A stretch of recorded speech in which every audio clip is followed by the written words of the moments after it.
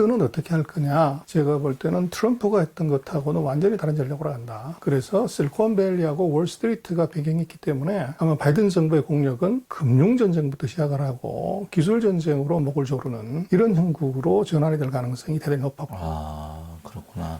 그러면은 이제 그 투자자들, 시청자분들의 관심은 2020년에는 미국의 우량주들이 굉장히 약진을 했단 말이죠. 테슬라라든지 우리가 잘 아는 기업들, 굵직굵직한 기업들에서 굉장히 고수익을 재미를 봤는데 중국의 시대가 앞으로 투자처로서 올 거냐.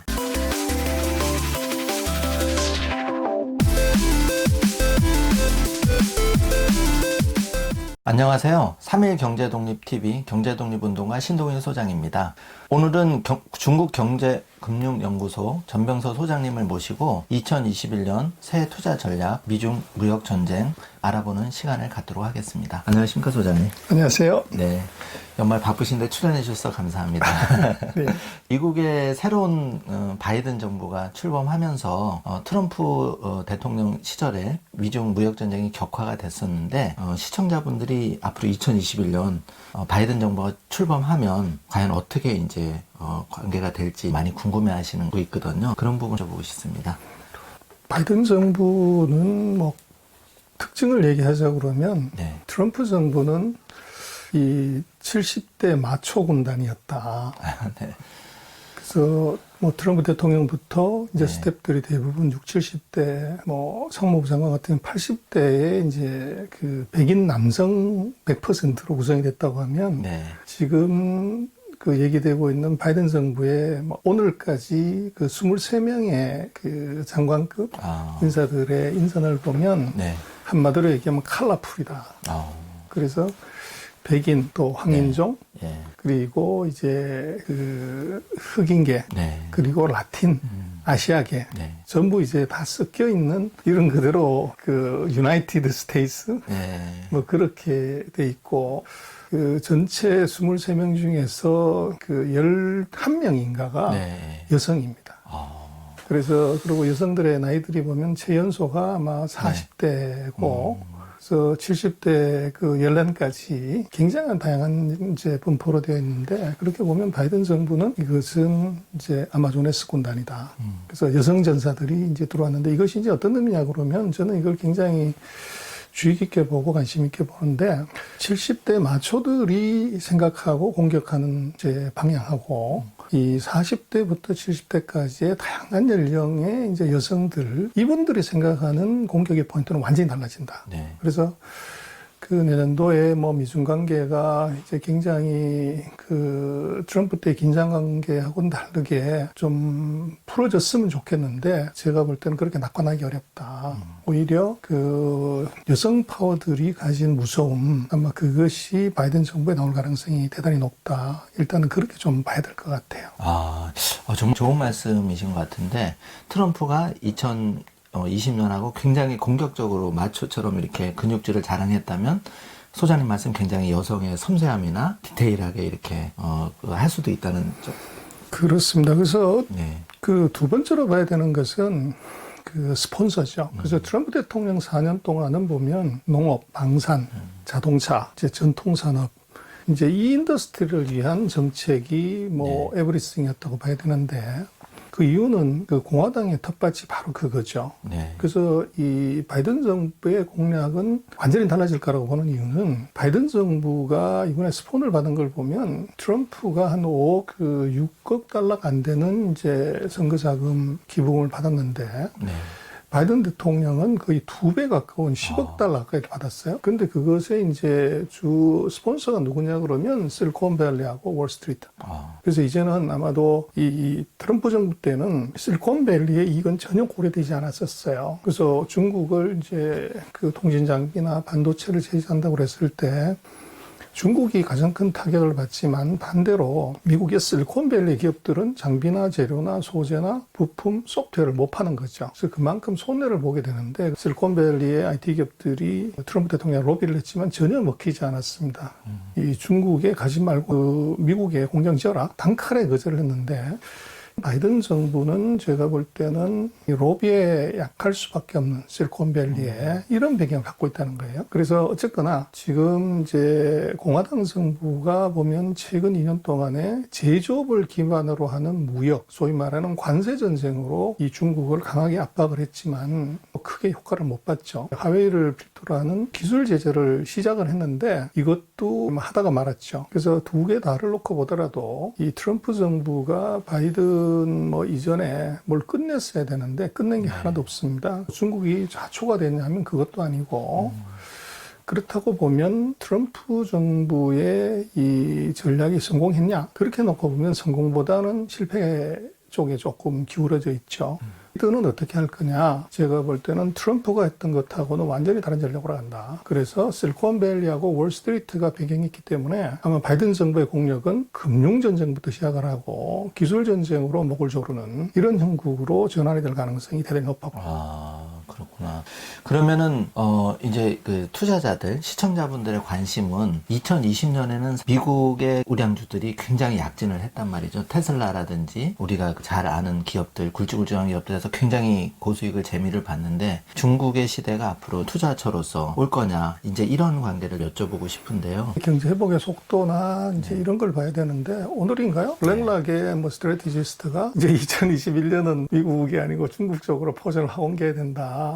중국의 웨이트가 높다 그렇게 얘기를 했다고 하는데 결국은 이제 경기 회복이 제일 중요하겠죠. 최근 8개월 사이는 이것은 경기라고 얘기하기보다는 이제 데드캣 바운스, 돈 뿌리면 이제 죽은 고양이 더 튀어오르는 상황이었고, 누가 돈 제일 많이 풀었냐 그러면 미국이 제일 많이 풀었죠. 미국이 가장 이제 빨리 강하게 튀어오른 것이고, 이제는 이제 더 이상 그 FRB가 자산을 더 과격하게 매입하거나 이럴 가능성 없죠. 금리 더 이상 내릴 가능성 오로지 미국이 이제 코로나19의 후유증을 치료하기 위한 경기 부양책을 얼마를 쓰냐.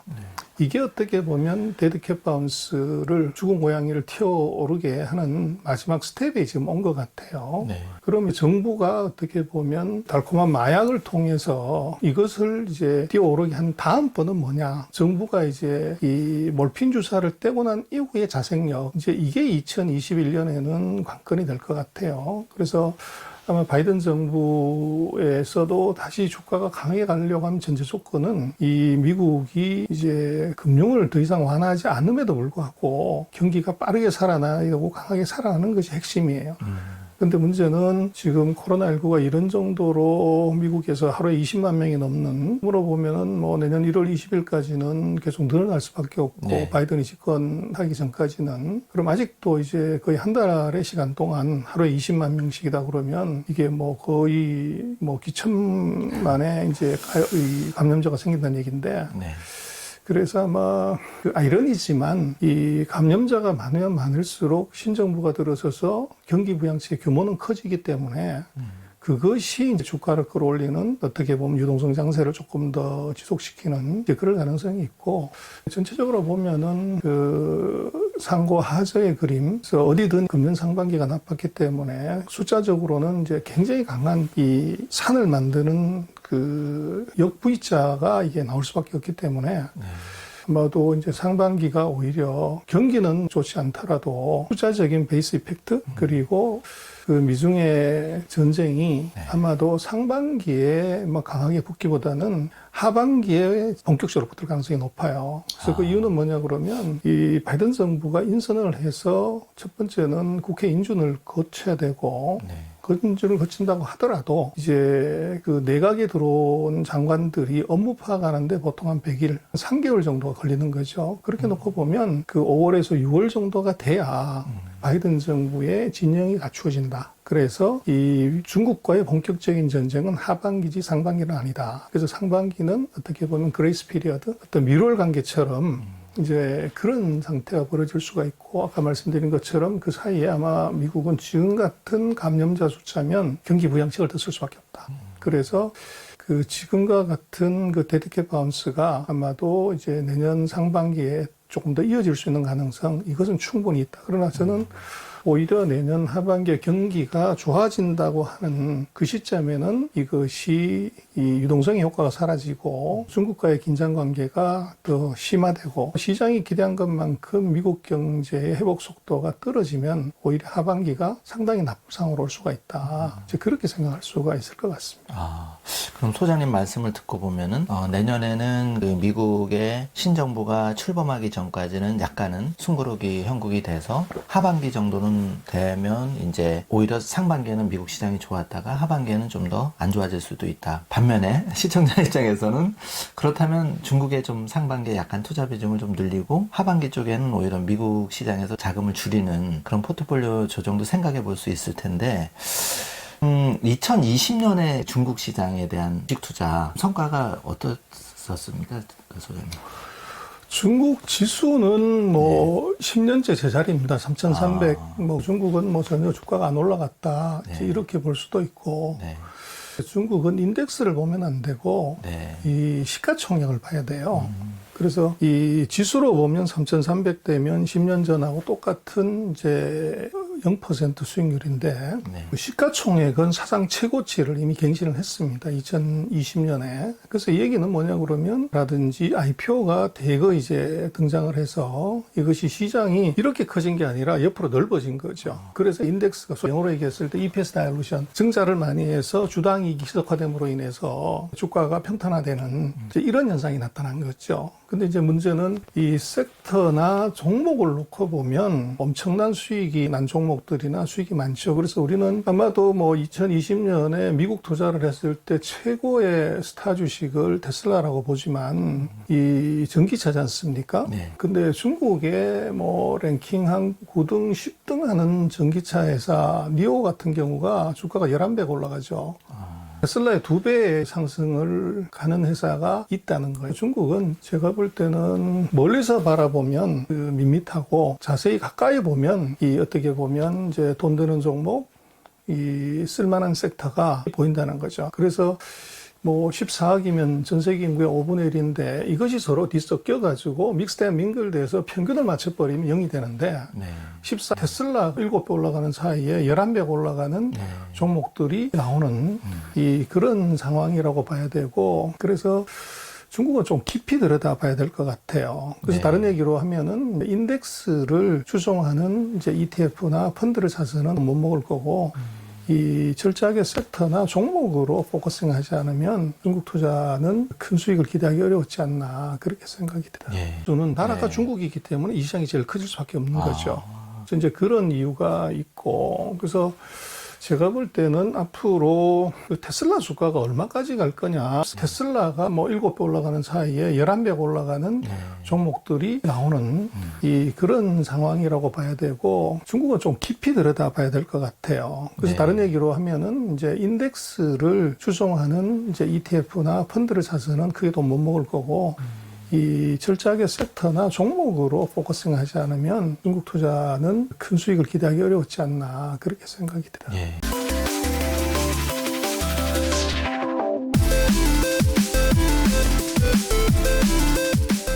소장님, 그러면 이제 말이 나온 김에 2020년에는 한국 투자자들이 연초부터도 테슬라에 사실 관심이 많아서 자금을 많이 태우고 동학개미도 상당히 관심이 있었는데 사실 니오나 뭐 니오 오토라든지 이런 주식에 대해서는 작년 2020년 같은 경우에는 그렇게 많이 말이 나오지는 사실 않았던 것 같아요. 말씀하신 대로 한 10배 이렇게 상승을 할 때 그 자금들이 보통은 그 공산당 소위 말하는 그런 자금들이 많이 몰렸는지 중국에도 일반 투자자들이 많이 거기다 자금을 냈는지 그런 게 좀 궁금하더라고요. 아닙니다. 그 니오 샤오펑 뭐 이제 이런 회사들은 그 미국에 상장이 돼 있죠. 나스닥에 미국 투자가들이 산 거죠. 그래서 중국에 상장돼 있는 게 아니고. 그렇죠. 그것은 제가 볼 때는 테슬라 이펙트예요. 그래서 테슬라가 너무 올라갔기 때문에 누가 봐도 저것은 미국의 관점에 봐서도 과하죠. 그렇게 되면 이제 어떻게 보면 덜 오른 종목이 뭐가 있는가. 그리고 테슬라보다도 성장성이 더 높은 종목이 뭐가 있는가를 봤더니 중국의 아기 돼지 삼형제가 거기에 와 있었던 거죠. 그래서 삼겹살 계속 먹다가 예. 목살 쪽으로 좀 옮겨보자. 그런데 그게 딱 걸린 회사가 바로 중국의 전기차 3인방이 네. 있었던 것이고 그것은 중국 돈이 산 건 전혀 아니고요. 네. 그건 미국 돈이 샀고 거기 우리 한국의 그 동학개미들이 많이 기여를 했다고 얘기를 하는데 글쎄요. 그것은 뭐 모르겠고요. 이제 뭐 주식이라는 게 꿈을 먹고 사는 것이기 때문에 지금처럼 이제 암울한 시대에 뭔가 2025년, 2035년에 확실한 그림을 보여줬다. 이제 뭐 그 측면에서 놓고 보면 이제 미국도 마찬가지고 중국도 마찬가지고 2035년까지의 이 로드맵을 확실하게 내놓은 거는 전기차밖에 없죠. 네. 그래서 거기에 어떻게 보면 같이 따라간 거다. 네. 그렇게 볼 수 있을 것 같아요. 소장님이 일전에 한번 출연하셔서 또 말씀하셨던 것 중에 제가 가슴에 와닿은 게 뭐냐면 어쨌든 우리가 애플 주식이 그동안 그렇게 좋았던 게 유저층이 굉장히 많으면서 주가가 시총도 1위도 하고 올라갔는데 지금 전기차는 대당 사이즈 자체가 핸드폰 한 대 가격보다 전기차 가격은 최소 10배 이상 차이가 나지 않습니까? 여쭤보고 싶은 게 그런 관점에서 보면 중국 시장은 미국 시장보다 훨씬 더 몇 배 구매자들이 많은 이제 상황인데 그러면 중국에서 그렇게 봤을 때 시장의 성장 가능성이나 좀 어떻게 보시는지. 그래서 이제 테슬라도 마찬가지고 그 테슬라 매출의 거의 40% 가까이가 중국에서 지금 이루어지는 거죠. 네. 중국 빼버리면 뭐 테슬라는 저거 마이너스 성장을 할 수밖에 없는 구조고 지금 전 세계 최대 시장이 이제 아이러니하게도 중국이 제일 큰 시장이죠. 네. 그래서 전 세계 시장이 거의 뭐 50%, 48%, 50%를 이제 중국이 먹고 있고 유럽과 이제 미국이 한 50% 가는 구조기 때문에 그래서 이제 아까도 말씀을 드렸지만 이게 2035년까지 석유 자동차를 0으로 만든다고 하는 그런 이제 마스터 플랜을 확실하게 얘기한 데가 바로 중국이고 그래서 중국에 발을 담고 그런 전기차 회사들에 대해서 어떻게 보면 시장이 열광을 했던 거죠. 그러나 조금 더 봐야 되는 건 뭐냐 그러면 전 세계 전기차 시장 다 합쳐봤기에 뭐 200만 대 뭐 이 내외가 잘 안 되는데 전 세계 석유 자동차 회사가 한 7,800만 대, 한 8,000만 대 수준이거든요. 그렇게 놓고 보면 전기차의 보급률이 5%가 안 돼요. 근데 중국 같은 경우도 테슬라가 많이 팔고 있는 것처럼 보이지만 중국에 지난달까지 봤더니 전기차를 낸 회사가, 모델을 낸 회사가 96개예요. 예를 들어서 테슬라나 이런 데서 몇 대를 파냐고 놓고 보면 이제 1, 2만 대 수준이에요. 중국의 작은 소형 자동차 회사들, 뭐 미국에 상장된 회사들 같은 경우는 2,000대에서 5,000대를 겨우 파는 거죠. 그래서 그렇게 놓고 보면 이 한 주당 얼마가 아니고 파는 자동차 한 대당 시가총액으로 놓고 보면 제가 볼 때는 전기차 같은 경우는 뭐 분명히 갈 수는 있지만 옥석을 확실하게 가려야 된다. 모든 신기술, 뭐 핸드폰도 그렇고 인터넷도 그렇고 모바일도 그렇고 신기술이 들어왔을 때 세 번의 변곡점이 있죠. 그래서 마켓시어 5%일 때 한 번 죽음의 계곡을 건너야 되고 그래서 15 넘어갈 때 또 악마의 강을 한번 건너야 되고 3, 40 넘어갈 때 이제 다윈의 바다를 건너야 되는 거죠. 지금 같은 경우는 전기차는 주식시장에서 그 어떻게 보면 머니게임에서 열광을 하는 것이지 이것이 정말로 필드에서도 그렇게 열광하는 정도냐. 중국 1년에 자동차를 뭐 2,600만 대, 700만 대 사는데 전기차가 얼마나 될 것 같습니까? 120만 대 수준이에요. 그렇죠. 5%가 겨우 안 되는 이런 정도인데 문제는 지금 예를 들어서 보면 니오 같은 경우가 요즘 다 그렇습니다만은 이제 고급차에 대한 선호도가 높은데 시가총액으로 보면 그 메르세데스 벤츠보다도 한 5억 불인가 7억 불밖에 차이가 안 나요. 시가총액이. 그 정도로 그냥 급성장을 시가총액이. 시가총액으로 그러면 봤을 이제 거기다가 조금 몇 푼 보태가지고 이 니오 팔아가지고 니오 오너라면 그거 팔아서 벤츠를 회사를 살 수도 있는 거죠. 그렇죠. 인수를 해요. 이제 니오라는 월 한 3, 4천 대, 많이 팔 때 5천 대 겨우 파는 회사의 시가총액이 중국의 최대 자동차, 상하이 자동차 그것보다도 시가총액 월등히 더 커요. 그래서 그 얘기는 무슨 얘기냐 그러면 결국은 이게 앞으로 시장이 그렇게 좋다 이런 것에 반영이기도 하지만 당장 이제 눈앞에 보여지는 것은 내년에는 시장은 더 커지지만 치열한 이 전기차 회사들 간에 박 터지는 싸움이 벌어진다. 그래서 이 5%에서 10% 넘어가는 이 사이에 예. 지금 90개가 넘는 자동차 회사들이 치고받고 싸우면 맨 먼저 생각할 수 있는 것은 이제 단가 하락이에요. 그리고 신기술의 이 검증이 돼야 되고 예. 그렇게 보면 거기서 죽어나가는 놈이 대거 나올 수밖에 없다. 그 얘기는 뭐냐면 단가 하락 그리고 이 어떻게 보면 원가를 낮추려고 하면 생산 캐파를 늘려야 됩니다. 예. 자동차도 마찬가지지만 소위 말하는 규모의 경제 생산량이 2배가 되면 원가가 2배, 원가가 33% 떨어지는 이 학습 효과를 올리려고 하면 캐파를 계속 늘려야 되는 거죠. 근데 그렇게 늘리려고 그러면 이제 돈이 필요합니다. 그렇죠. 그래서 전기차 회사들의 경우는 대규모 증자를 할 수밖에 없어요. 그래서 증자를 못 하게 되면 실제적으로 뭐 3,000대, 5,000대 팔아가지고서는 이게 캐파 생산을 못 하죠. 네. 그렇게 되면 경쟁에서 밀리게 되는 것이고 그래서 대규모 증자가 있게 되면 이제 EPS 다일루션이 생깁니다. 그래서 그 문제가 있고 두 번째로 봐야 되는 것은 뭐냐 그러면 시장이 빠른 속도로 커지기 때문에 중국의 전통적인 자동차 회사 예. 상하이 자동차라든지 뭐 이치라든지 또 뭐 지리라든지 북경자동차 뭐 이런 장안 자동차는 빅가이들이 다 전기차로 지금 들어왔다는 거예요. 그래서 소형 전기차들하고는 게임이 안 되는 사이즈하고 파워를 가진 회사들이 다 이쪽 시장을 지금 들어왔기 때문에 2021년은 아마도 옥석을 가리는 해 이게 될 것 같고 그래서 말씀드린 것처럼 첫 번째 이 생산 캐파를 늘려서 단가를 낮출 수 있는 회사 그리고 이 치열한 가격 싸움에서 가격 경쟁력을 확보하는 회사 지금은 사실은 전기차 얘기를 하지만 전기차보다는 이것이 자율주행 기능이 얼마나 들어가 있냐 이게 중요하죠. 그래서 첨단 기능 이 세 가지 측면에서 이제 봐야 되는데 그런 측면에서 놓고 보면 테슬라를 제외한 이 미국에 상장된 작은 소형 회사들의 경우는 그 세 가지 측면에 다 약점이 있죠. 그래서 아마 최근에 그런 중국에서 미국 간 소형 회사들도 아마 대규모 증자를 했을 겁니다. 그걸 하지 않으면 뭐 내년에 살아남을 수가 없으니까요.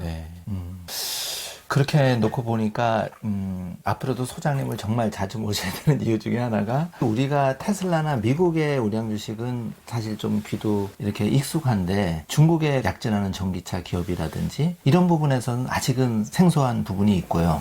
중국이라고 하면 뭐 사람들 선입견이 기업이 투명성도 없고 또 중국의 정부가 너무 개입이 심하다든지 이런 이제 우리 부정적인 시각 때문에 아직도 이렇게 투자자가 아예 그냥 중국 하면 제끼고 이런 경우가 있는데 저는 개인적으로 생각할 때는 소장님 말씀하신 대로 결국은 테슬라가 중국 시장에서 철수하지 않는 이유가 분명히 있을 거잖아요. 그쪽의 시장이 더 크고 그래서 이제 소장님한테 그런 좋은 말씀을 듣고 중국 기업도 눈여겨봐서 그러지 않을까. 그래서 이제 뭐 기술은요 시장을 이길 수 없습니다. 뭐 첨단 기술 뭐 다 얘기를 하지만 시장이 없는데 기술을 개발한다는 것은 그것은 뭐 의미가 없는 얘기죠. 지금 테슬라 얘기를 하지만 제가 볼 때는 테슬라를 제대로 보려면 중국 시장을 제대로 봐야 된다. 중국 전기차 시장을. 그래서 말씀하신 것처럼 트럼프 대통령이 그 난리를 치는데도 미국에 있는 공장 다 빼와서 미국으로 와야 되고 미국에 공장 짓지 않으면 혼내준다고 하는데도 앨런 머스크는 샹하이에다가 기가팩토리 세계에서 제일 큰 전기차 공장을 거기다 지었단 말이에요. 그거 어떻게 봐야 되냐. 지금 뭐 당대 최고의 경영의 구루다 그러면 그건 뭐 GM 포드 크라이슬러가 아니고 앨런 머스크인데 그러면 저게 앨런 머스크는 조금 미친 거죠. 중국에다 공장 짓었다고 하는 것은 그게 이제 아까 소장님이 얘기하신 것처럼 중국의 전기차 포텐셜이 미국보다 더 크다고 보는 거예요. 그리고 이미 숫자가 얘기해주는 데이터가 2019년 기준으로 보면 그 마켓쉐어가 중국이 50% 미국이 뭐 30%가 제대로 전체 안 되는 전체 마켓에 그래서 그 이유는 간단한 게 그 전기차는 배터리 값을 누가 내냐가 중요해요. 보조금이 있어야 되는 거죠. 근데 보조금이 없으면은 뭐 차값이 이게 확 올라가 버리니까 지금 전 세계에서 전기차 보조금을 가장 많이 주는 나라가 중국이기 때문에 이 시장이 제일 커질 수밖에 없는 거죠. 그래서 이제 그런 이유가 있고 그래서 제가 볼 때는 앞으로 그 테슬라 주가가 얼마까지 갈 거냐. 뭐 최근에 테슬라 주가가 좀 조정을 받다가 올라간 것은 그건 인덱스 효과죠. 그래서 이제 지수에 편입되면 기본적으로 펀드에서 이 인덱스를 따라가려고 하면 거기에 들어온 큰 종목을 무조건 펀드를 설정할 때 넣어야 되니까 그 매수세가 올라가는 것이고. 근데 문제는 진짜 이익이 얼마나 나냐는 것은 그것은 미국 시장을 보는 것이 아니라 테슬라가 지금 상해 공장을 지어서 거기서 자동차가 60만 대씩 50만 50만 대씩 나왔을 때 네. 중국 시장에서의 마켓 쉐어가 얼마가 나오냐. 아, 그게 중요하게 봐요. 이게 핵심이죠. 아, 네. 그게 이제 잘못되면 그게 예를 들어 점유율이 툭 떨어진다거나 이렇게 되면은 뭐 테슬라는 치명적인 타격을 받죠. 그리고 전기차를 많이 얘기하지만 주가는 미국을 보되 네. 시장은 중국이 펀더멘탈은 중국이 있다는 거예요. 그래서 중국 전기차 시장을 깊이 보지 않으면 이쪽에서 이제 머니 게임이죠. 그렇죠. 예. 계속 사서 올라가다가 맨 위에 놈이 털면 예. 그냥 일직선상으로도 떨어질 수 있는 가능성이 있어요. 그걸 막아주는 것이 펀더멘탈인데 그 예. 펀더멘탈은 미국 시장에서 전기차 몇 대 파는 것이 중요한 게 아니고 중국에서 파는 거죠. 아. 그래서 중국의 인더스트리하고 컴퍼니를 깊이 봐야 테슬라도 그렇고 중국의 소형 전기차들도 어디까지 주가가 갈 수 있는지를 판단할 수 있다는 겁니다. 네.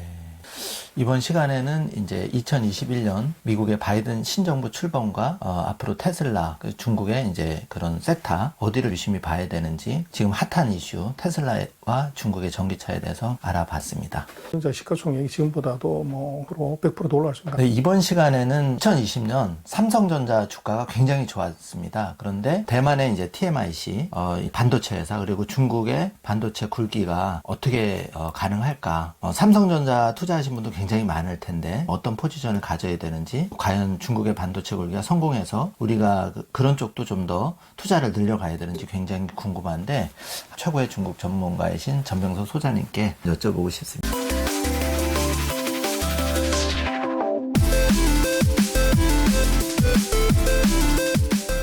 반도체 투자는요. 네.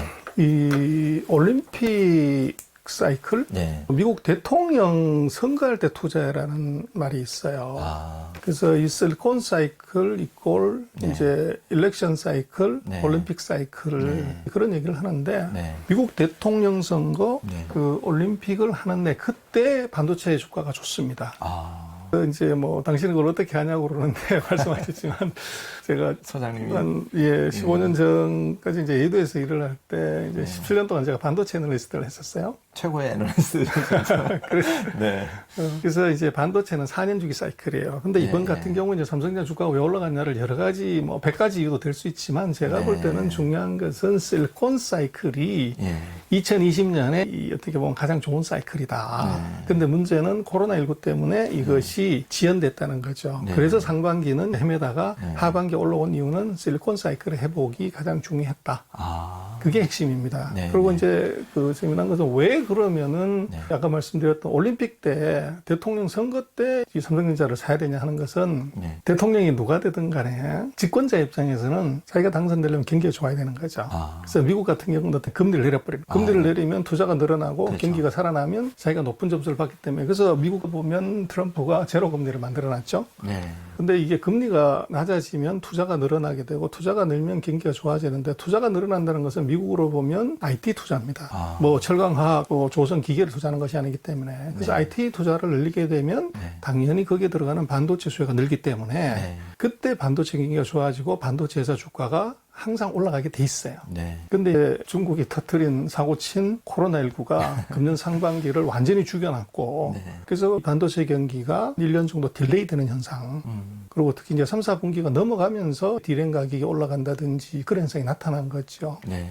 그래서 같은 경우는 2020년에 주가가 가장 좋고 네. 여기서 반도체 주가들이 다운 사이클로 들어가는 게 정상이에요. 아, 근데 원래대로 하면. 그렇죠. 네. 근데 이제 이번 같은 경우는 코로나19 때문에 이것이 1년이 딜레이가 되기 때문에 네. 아마도 2021년 상반기 뭐 조금 더 가면은 이제 한 3, 4분기까지 이것이 확장 국면으로 계속 이어질 수 있는 가능성 네. 그건 분명히 있고요. 그래서 지금 항상 그렇습니다. 반도체 슈퍼 사이클이 온다. 4년마다 한 번씩 하는 얘기입니다. 네. 제가 일을 했던 80년대도 그랬고 90년대 항상 경기가 조금만 좋아지면은 뭐 네. 이제 그런 언론이 그 미사여구를 다는데 그게 네. 혹하면 안 되고요. 아, 그래서 제가 볼 때는 이번 반도체 경기는 코로나19로 인한 지연 효과 그 정도로 일단 보는 것이 맞을 것 같고 앞으로 조금 봐야 되는 것은 반도체 경기는 아마 내년 상반기는 지금보다 더 좋아질 가능성이 높아요. 아.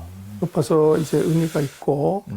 그럼 두 번째로 놓고 보면 우리 삼성전자보다 더 화끈한 회사가 있어요. 아, 어떤 회사가? 바로 말씀하신 TSMC죠. 예. 그래서 우리 삼성은 IDM이라고 그러죠. 설계하고 제조하고 테스트하고까지를 풀 라인업을 다 하는 이제 회사고, 예. 지금 메모리 라인 같은 경우 라인 하나 세팅하려고 그러면 100억 불, 10조 원이 들어가요. 어마어마한 매출액이 10조래도 이게 그런데 설비 투자만 10조가 들어가기 때문에 함부로 투자할 수가 없어요. 네. 그러다 보니까 한 20년 전 같으면 반도체 회사가 한 25개 이렇게 되다가 이게 고집적화되고 미세 공정이 들어오면서 지금은 이제 시장에서 보면은 얘기하는 것이 아마 들어보셨을 때 7나노라든지 5나노 이런 말을 해요. 그래서 이게 뭐냐면 반도체 회로를 그리는 뭐 쉽게 얘기하면 부스 가늘기라고 보면 돼요. 예. 그래서 어떤 회사는 28cm짜리 붓으로 회로를 그리고 어떤 회사는 14cm로 그리고 어떤 회사는 더 정교하게 이제 그렇죠. 7cm나 5cm로 그리면 같은 면적 땅에 5cm로 그리는 회사가 14cm나 28cm보다 월등히 더 많은 회로를 집어넣을 수가 있죠. 그렇죠. 예. 그래서 이건데 문제는 예. 28, 14, 10 예를 들면 7, 5 이렇게 갈 때마다 이 설비 투자 규모가 배정을 해버리는 겁니다. 그래서 지금 이제 7나노짜리 뭐 이 정도로 하려고 해도 100억 달러 10조가 들어가기 때문에 엔간한 회사는 설비 투자를 할 수가 없어요. 그러다 보니까 어떻게 되냐면 우리가 OEM 하듯이 제약도 지금 그렇습니다만 반도체도 나는 설계를 하거나 이런 건 안 해요. 난 오로지 너가 설계를 갖고 오면 만들어주기만 할게. 그래서 이 붕어빵을 제작을 할 때 밀가루를 얼마를 넣고 거기에 예를 들면 앙코를 얼마나 넣고 점도를 얼마나 하고 설탕을 얼마나 넣고 이게 사실은 맛을 좌지우지하는 중요한 팩터가 되죠. 네. 근데 나는 그건 안 해. 그건 어떤 집에서 해오면 나는 그냥 틀을 가지고서 붕어빵 구워주기만 할게. 그러면 이제 수많은 셰프들이 사실은 붕어빵 틀 사가지고 여기에 이제 연탄불 집어넣어서 이렇게 하는데 힘도 많이 들고 돈도 많이 들고 시간도 오래 가는데 이걸 누가 대신해 준다는 거죠. 그래서 이게 바로 파운드리입니다. 그래서 수많은 이제 붕어빵 셰프들이 그러면 이 틀을 그냥 오래 해서 찍어가지고 오면 자기는 팔기만 하면 되는 거죠.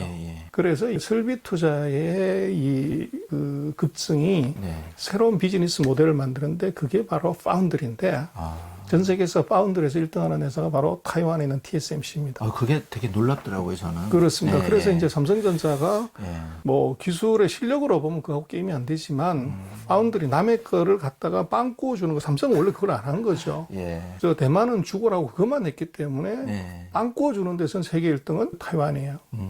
이 남의 빵 구워주기만 하는 셰프 것들의 레시피 받아서 구워주기만 하는 여기서 대만의 TSMC가 마켓시가 51%예요. 우리 삼성 같은 경우는 한 15% 정도.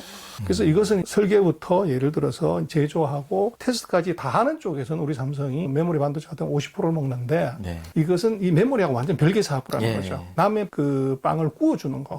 그 시장에서는 삼성이 한 14, 15%밖에 되지 않아요. 그 문제는 경기가 이렇게 오고 설비 시장이 커지니까 전 세계 기업들이 다 이제 자기가 팹이라고 그러죠. 빵 굽는 기계는 나는 이제 안 할래. 그래서 이게 주문이 몰렸는데 그것을 브랜드에 관계없이 친절하게 잘 받아주는 회사가 대만의 TSMC입니다. 그래서 그게 주가가? 그래서 대박이 난 거죠. 대박이 났고. 그래서 이 회사가 오히려 삼성의 상승률보다 월등히 높고 시가총액도 우리 삼성보다 큽니다.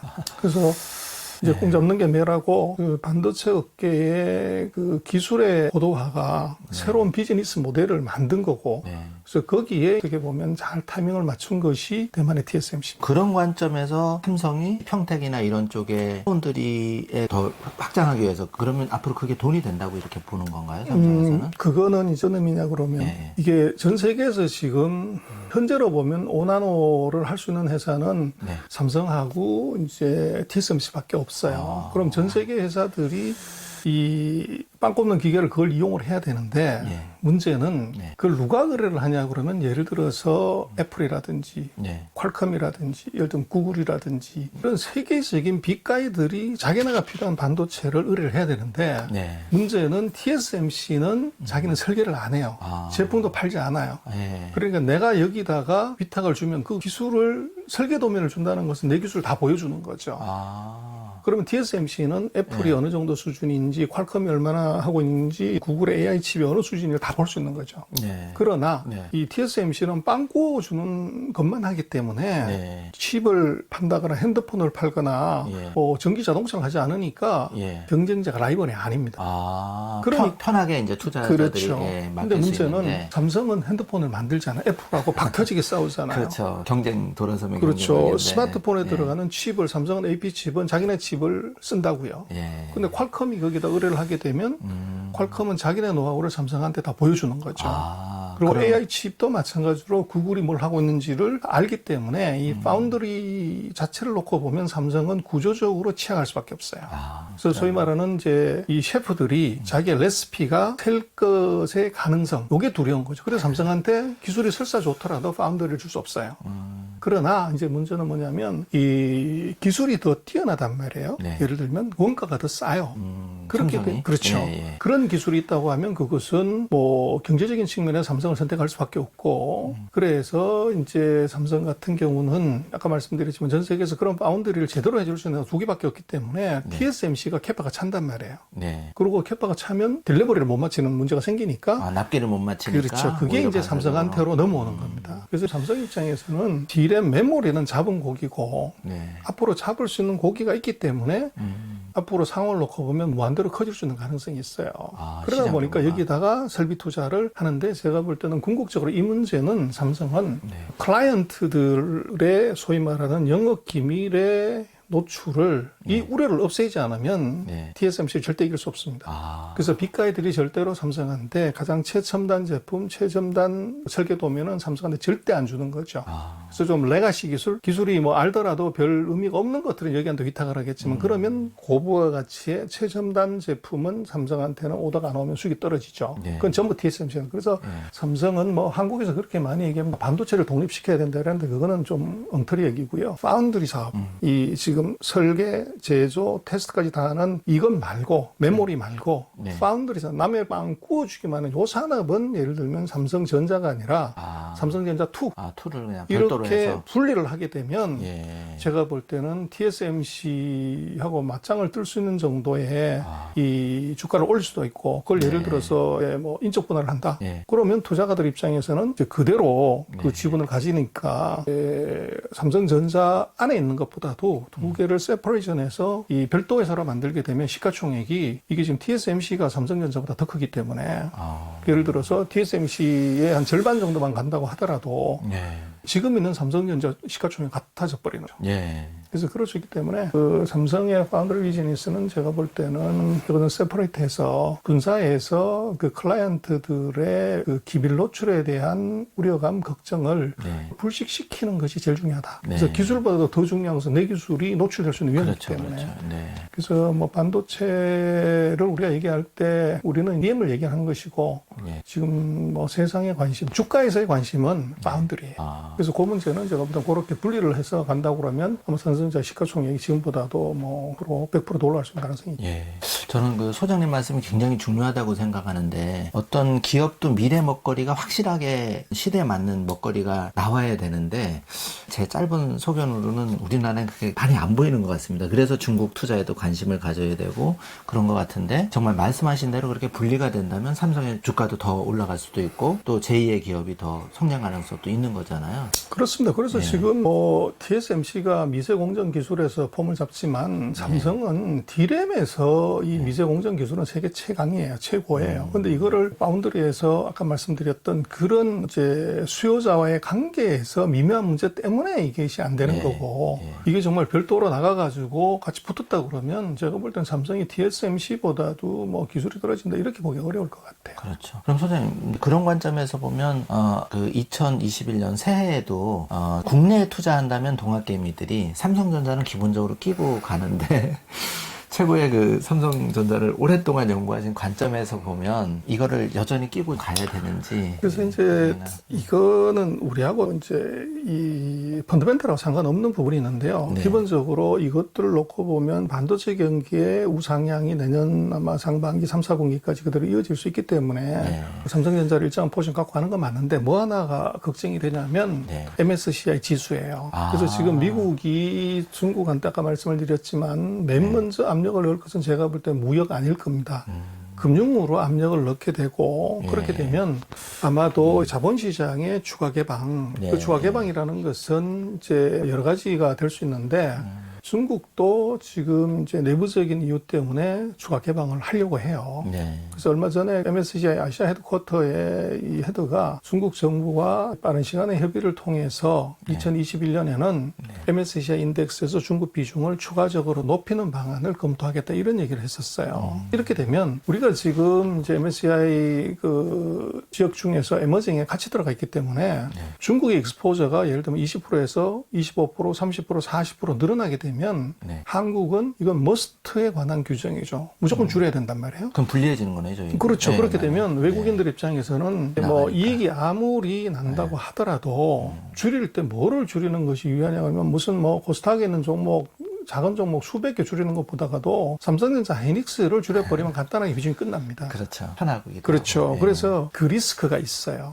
그래서 이것이 이제 모주놈 옆에 있다가 이제 돌 맞는다고 그 지금 기업의 펀드멘탈이나 경기와 상관없이 봐야 되는 것은 또 중국입니다. 또 중국이 캐피탈 마켓을 추가적으로 개방했을 때 MSCI 비중에서 이게 올라가게 되면 우리는 아마 그 최근에 놓고 보시면 한두 달 사이에 우리가 한국 시장에 대해서 열광을 하지만 그 사이에 뭐 한 9개월, 10개월 동안은 아마 연초부터 지금까지 외국인들이 계속 팔았잖아요. 지속적으로 순매도를 했고 그 매도의 중요한 타겟이 삼성전자하고 하이닉스였죠.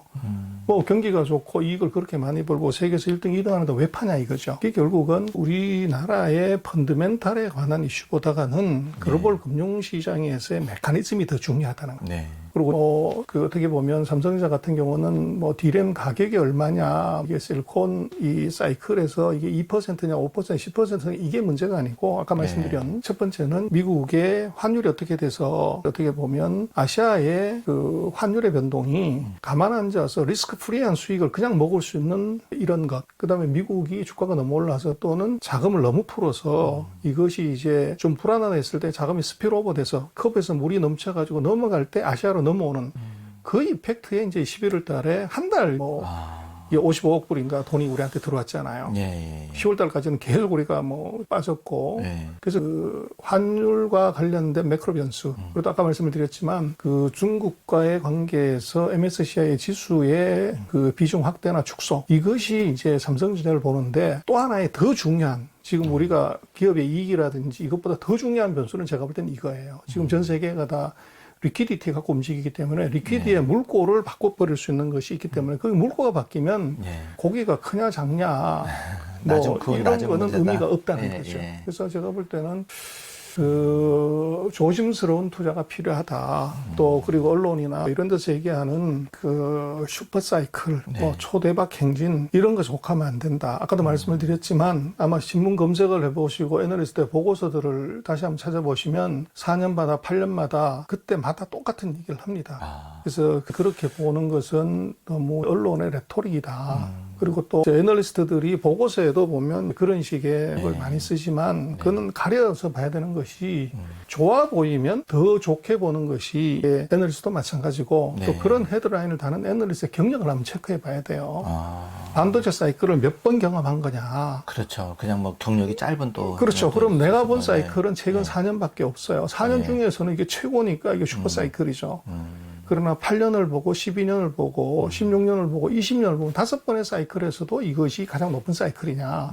그렇게 보면 그렇지 않다는 거예요. 그래서 그 언론의 이 레토릭 그리고 또 이제 보고서 같은 데서 헤드라인에 너무 혹하면 안 됩니다. 그래서 예를 들면 애널리스트 같은 경우도 뭐 대한민국의 증권사가 50몇 개가 되는데 반도체 애널리스트가 다 했으니까 반도체 보고서가 50개가 나오는데 거기서 내 보고서를 읽기가 하려면 신문처럼 그 레포트 헤드라인을 굉장히 자극적으로 뽑을 수가 있는 거죠. 그렇죠. 그래서 네. 그것의 해석은 읽는 사람이 잘 읽어야 된다는 거예요. 쓰는 사람의 잘못이 아니라 해석하는 사람의 능력이 중요하다. 그게 중요하다. 그럼 정리하자면 그동안은 2020년은 삼성전자 주가가 굉장히 좋았지만 방금 말씀하신 그런 이유 때문에 조금은 한번 지금쯤에는 생각을 해봐야 된다. MSCI 지수 편입과 그러면 반대적으로 중국의 그 MSCI의 비중이 확대됐을 때 거기에 좀 자금이 많이 들어갈 그런 중국의 우량 주식에 좀 더 관심을 가져봐야 되지 않을까 싶은데 어떻게 보세요? 당연히 그렇죠. 네, 그래서 네. 만약에 비중이 높아지면 네. 그건 뭐 무조건 돈이 몰려가게 돼 있죠. 네. 그래서 아시아 비중을 높이게 되면 아시아의 홍콩이나 뭐 한국이나 대만이나 이쪽 비중은 줄이고 네. 중국 비중은 그 머스트에 관한 규정으로 올라가 버리는 거죠. 네. 돈이 자동으로 몰려 들어가는 이제 그 수가 있기 때문에 그걸 한 4월 정도 리밸런싱을 하는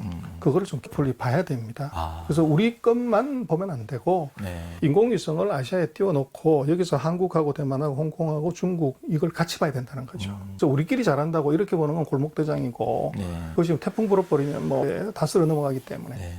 정말 그 소장님이 인사이트나 해안을 많이 주시는 것 같아요. 단순하게 지금 삼성전자가 4만 원 하던 게 7만 원 했다고 동학개미들 또 저희 시청자분들 너무 그런 게 아니라 좀 더 균형 잡힌 시각 큰 틀에서 볼 필요가 있다는 말씀이 굉장히 가슴에 와닿습니다.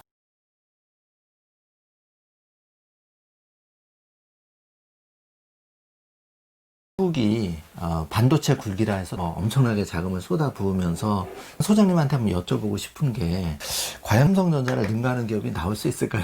최근에 칭화윤이라고 네. 그 중국의 메모리 반도체를 주도했던 회사가 계열사가 하나가 회사채를 부도를 냈고 최근에는 칭화윤이 그룹이 발행한 회사채가 하나 부도가 났어요. 한 50억 위안짜리가. 네. 그래서 중국 언론에서 보면 중국의 반도체 굴기 끝났다. 네. 뭐 그런 기사들이 막 넘쳐났습니다만 제가 볼 때는 중국의 반도체 굴기는 아직 시작도 안 했다. 그렇게 보는 게 맞고 이제 중국 같은 경우는 지금 미중의 그 전 세계적인 반도체 경기의 호불호랑하고는 중국하고는 사실은 크게 관계가 없어요. 그래서 중국은 그런 뭐 메모리를 하거나 또는 CPU를 만들거나 이런 것이 아니기 때문에 네. 그래서 그것하고는 좀 떨어져 있고 지금 중국하고 관련해서 봐야 되는 것은 우리가 1983년 이후에 거의 30년이 넘게 40년 가까이 반도체를 해서 세계 1등이 됐는데 중국 반도체 산업을 정부하고 기업이 본격적으로 시작한 건 최근 한 4년이 좀 안 돼요. 네. 뭐 우리가 40년 걸려서 한 거를 4년 만에 한다고 그러면 그건 말도 안 되죠. 네. 그래서 중국의 이제 반도체 산업은 이제 스타트 라인에 와 있다 이렇게 봐야 되고 네. 그것은 이제 우리가 하는 메모리 반도체 얘기고 예. 그다음에 중국이 그 반도체를 보면 디자인 설계가 있고 네. 예를 들면 좋아하는 파운드리가 있고 예. 테스팅 하는 게 있는데 네. 우리는 이제 여기에 제조를 하는 것을 잘한다는 얘기고요. 그것도 두 개 회사만. 근데 중국은 지금 설계를 하는데 이거 한국보다도 월등히 잘합니다. 그래요? 전 세계 그걸 이제 뺨리스라고 하는데 반도체 설계를 잘하는 탑 10 중에서 중국 회사가 하나가 들어가 있어요. 근데 한국은 단 하나도 없습니다. 그리고 제조하는 데 있어서는 이 파운드리 하는데 SMIC라고 하는 회사가 7등, 8등 하는 회사가 하나가 있고 네. 그리고 어셈블리 하는 테스트 해주는 데는 세계적인 기업들이 이제 중국에 다 들어와 있습니다. 예. 지금 중국이 약하다고 하는 것은 여기 파운드리를 하는 요게 약한 것이고 이 설계를 하는 쪽하고 뒷단에 있는 후공정이라고 그러죠. 네. 테스트하는 이쪽은 이미 세계적인 수준이에요. 그래서 이 디자인하는 것은 우리보다 더 위라고 봐야 되고 네. 우리가 자꾸 반도체 굴기 실패 떠진다는 것은 요 제조하는 단계 3단계 중에서 요 제조하는 쪽을 못한다는 건데 그건 표현이 잘못됐다. 그리고 시작한 지가 지금 한 4년 이 정도밖에 안 됐기 때문에 지금 스타트 라인이라고 봐야 돼요. 네. 그래서 이제 근본적으로 다른 점이고 네. 지금 그 중국의 하웨이라고 하는 회사가 우리 같은 삼성전자 같은 회사인데 네. 이 회사가 이제 미국하고의 관계에서 이제 미국의 트럼프 대통령이 아주 절묘하게 이 중국을 제재한 것이 하웨이를 죽여버린 거죠. 하웨이 장비는 절대 쓰지 마. 전 세계 누구도. 그리고 더 드라마는 하웨이가 이제 돈 장비하고 이제 핸드폰 핸드폰을 만드는데 거기에 들어가는 이제 메모리도 있고 네. AP 칩도 있는데 이 반도체를 그 하웨이한테 공급하지 마. 그러니까 하웨이가 이제 이 반도체를 공급 못 받아서 핸드폰을 못 만드는 문제가 생겼고 네. 또 하웨이는 그 반도체를 자기가 필요한 반도체를 설계를 합니다. 그 설계를 하는 회사가 하이실리콘이라고 하는 자회사가 있어요. 그 회사가 아까 말씀드린 전 세계 반도체 설계 회사 중에서 탑10 안에 들어가는 회사예요. 네. 근데 이 회사는 설계만 하지 가운데에 매니팩처링을 해주는 파운드를 해주는 회사가 중국엔 제대로 없어서 네. 이걸 지난 시간에 얘기했던 대만의 TSMC라는 회사한테 이 위탁을 준 거죠. 네. 근데 문제는 이제 트럼프 대통령이 TSMC 너 중국의 하웨이에 반도체 파운드리 이거 해주지 마. 그래서 대만은 힘이 약하니까 예 알겠습니다 이렇게 한 거죠. 그래서 TSMC로부터 파운드리를 못 받기 때문에 하웨이가 문제가 생긴 겁니다. 그래서 하웨이는 그러면 중국 국내에서 파운드리를 해줄 수 있는 회사를 찾은 것이 바로 SMIC입니다. 중심국제라고 아마 네. 한국 회사들이 많이 샀다고 그러던데 그 회사를 이용을 해서 자기네가 필요한 칩을 만들려고 했는데 어젠가요? 그 중국이 이 미국 사무성에서 통보를 받은 게 있어요. 77개 기업에 대해서 네. 그 미국산 이제 장비나 네. 또는 기술이나 제품을 그쪽에다 수출하려고 하면 미 상무성이 허가를 받아라. 그 이제 엔티티 리스트라고 그러는데 거기에 올렸어요. 네. 이제 그렇게 되면 그 허가를 받아라고 하는 것은 말이 그렇다는 얘기고 허가를 안 해준다는 거죠. 그렇게 되면 SMIC가 반도체 장비를 미국으로부터 사기가 어려워진다는 겁니다. 네. 그러면은 추가적인 증설을 하거나 또 신제품을 만들려고 했을 때 지금 반도체 장비 같은 경우는 그 노광기라고 그 반도체 사진을 찍는 요 장비 하나를 빼고 나머지 장비들은 거의 90%가 미국하고 일본이 공급하는 거예요. 그러다 보니까 그 중에서 아마 미국이 한 60, 70% 되다 보니까 미국이 만든 장비를 SMIC로 이제 주지를 안 하면 당장 첨단 라인에 구축하기가 굉장히 어려워져요. 그게 이제 제재가 의지에 들어온 거죠. 예. 그래서 언론에서는 중국의 뭐 반도체 고르기 끝났다, SMIC 끝났다 이렇게 얘기를 많이 하죠. 네. 근데 이제 여기에 문제가 뭐냐 그러면 그 SMIC에 대한 제재는 이미 9월 달에 네. 그 미국의 SIA라고 미국 반도체 협회가 자기네가 미 상무성한테서 레터를 하나 받았다. 그래서 SMIC한테 장비나 기술이나 이런 것을 공급하지 말라고 통보를 받았다고 하는 것이 인터넷에 떴어요. 네. 근데 미 상무성 그 홈페이지에서는 그런 것이 관보에는 전혀 없었고 네. 그게 이제 언론에 뜨면서 SMIC 주가가 폭락을 하죠. 그래서 이미 9월 달에 이 효과는 9월, 10월에 이미 다 반영이 사실은 된 거고 어제 된 것은 바로 그것을 이 공식화를 한 것뿐이죠. 그래서 주가라는 게 뭐 잘 아시면 항상 선반영을 하는데 아마 그것도 미국으로서는 지금 뭐 중국이 전 세계 반도체 장비를 가장 많이 사는 나라이기 때문에 그리고 SMIC가 아주 공격적으로 투자를 하기 때문에 반도체 장비 재료 소재 회사들이 이제 SMIC한테 팔아가지고 돈을 많이 벌 수가 있는데 이게 좀 까리까리했던 거죠. 네. 근데 트럼프 대통령 같은 경우는 어차피 자기가 이번에 이제 끝이 나기 때문에 네. 한 달 넘겨두고 그 사인을 해버린 겁니다. 예. 액션을 해라. 뭐 바이든 어떻게 될지 난 모르겠다. 그래서 그게 거의 2달 반 만에 네. 이미 알려진 악재가 이번에 트럼프 임기 마지막에 등장을 한 거라고 봐야 돼요. 네. 그래서 그것은 뭐 한국에서는 쇼크가 크다, 이제 제재 들어가서 끝났다 이렇게 많이 얘기를 하는데 그것은 이미 9월 달에 10월 달에 나왔던 얘기다. 그렇게 볼 수가 있을 것 같아요.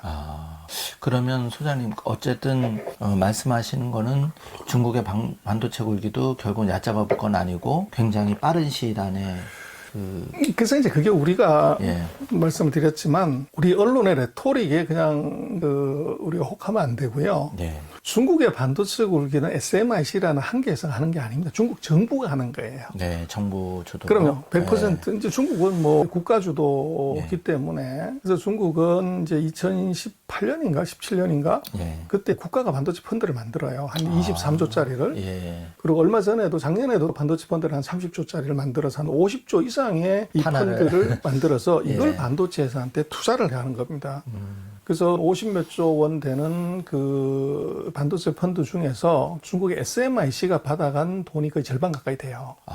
그 정부가 SMIC를 전략적으로 키운 것이고 네, 예. 그걸 미국 정부가 정확하게 알고 그놈을 딱 타겟팅해서 제재가 들어간 거죠. 미국의 무서움은 바로 그거예요. 우리가 봐야 되는 것은 지금 중국 같은 경우는 우리는 자꾸 이제 메모리 반도체를 보고 있지만 이 메모리 반도체도 우리 삼성 시안공업 공장, 네. 그리고 하이닉스 우시 공장에서 메모리를 다 만들어요.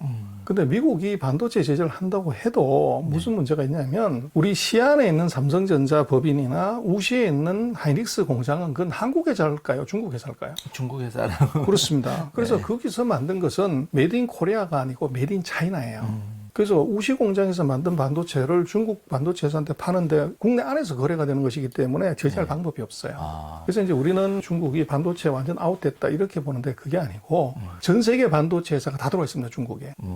요번에 이제 우한 바이러스 그쪽에 많이 지금 몰려 있고. 거기에도 우한에 이제 공장이 있는 회사들도 있는데 예. 대련, 예. 상해, 수저우, 중칭, 뭐 난징, 예. 우시, 우한 여기에 예. 전 세계 반도체 회사가 다 들어와 있어요. 아. 그래서 지금 중국 같은 경우는 전 세계 노트북, 핸드폰, 예. 디지털 TV 이거 60%에서 90%를 다 중국에서 만들어요. 아. 그러다 보니까 전 세계 최대 반도체 소비국이에요. 그래서 미국이 반도체를 스톱을 시켜버리면 중국은 끝나죠. 네. 그런데 문제는 그렇게 되면 만약에 중국으로 넘어가는 반도체를 다 스톱시키면 누가 가장 크게 타격받냐면 애플이 매출이 빵이 될 수도 있어요. 아. 애플은 아이폰, 아이패드, 아이팟을 이걸 다 중국에서 만들지 미국에서 한 대도 안 만든다고요. 그럼 미국의 문제가 또 크게 생기니까 그렇게 하긴. 시가총액 2등하는 네. 놈이 네. 주가 폭락하게 되는 거죠. 그렇죠. 그래서 서로 물고 물리는 그런 관계고, 그래서 이 SMIC 같은 경우는 미래에 대한 설비 투자를 하고 차세대 제품을 개발하는데 문제가 생긴 것일 뿐이고, 네.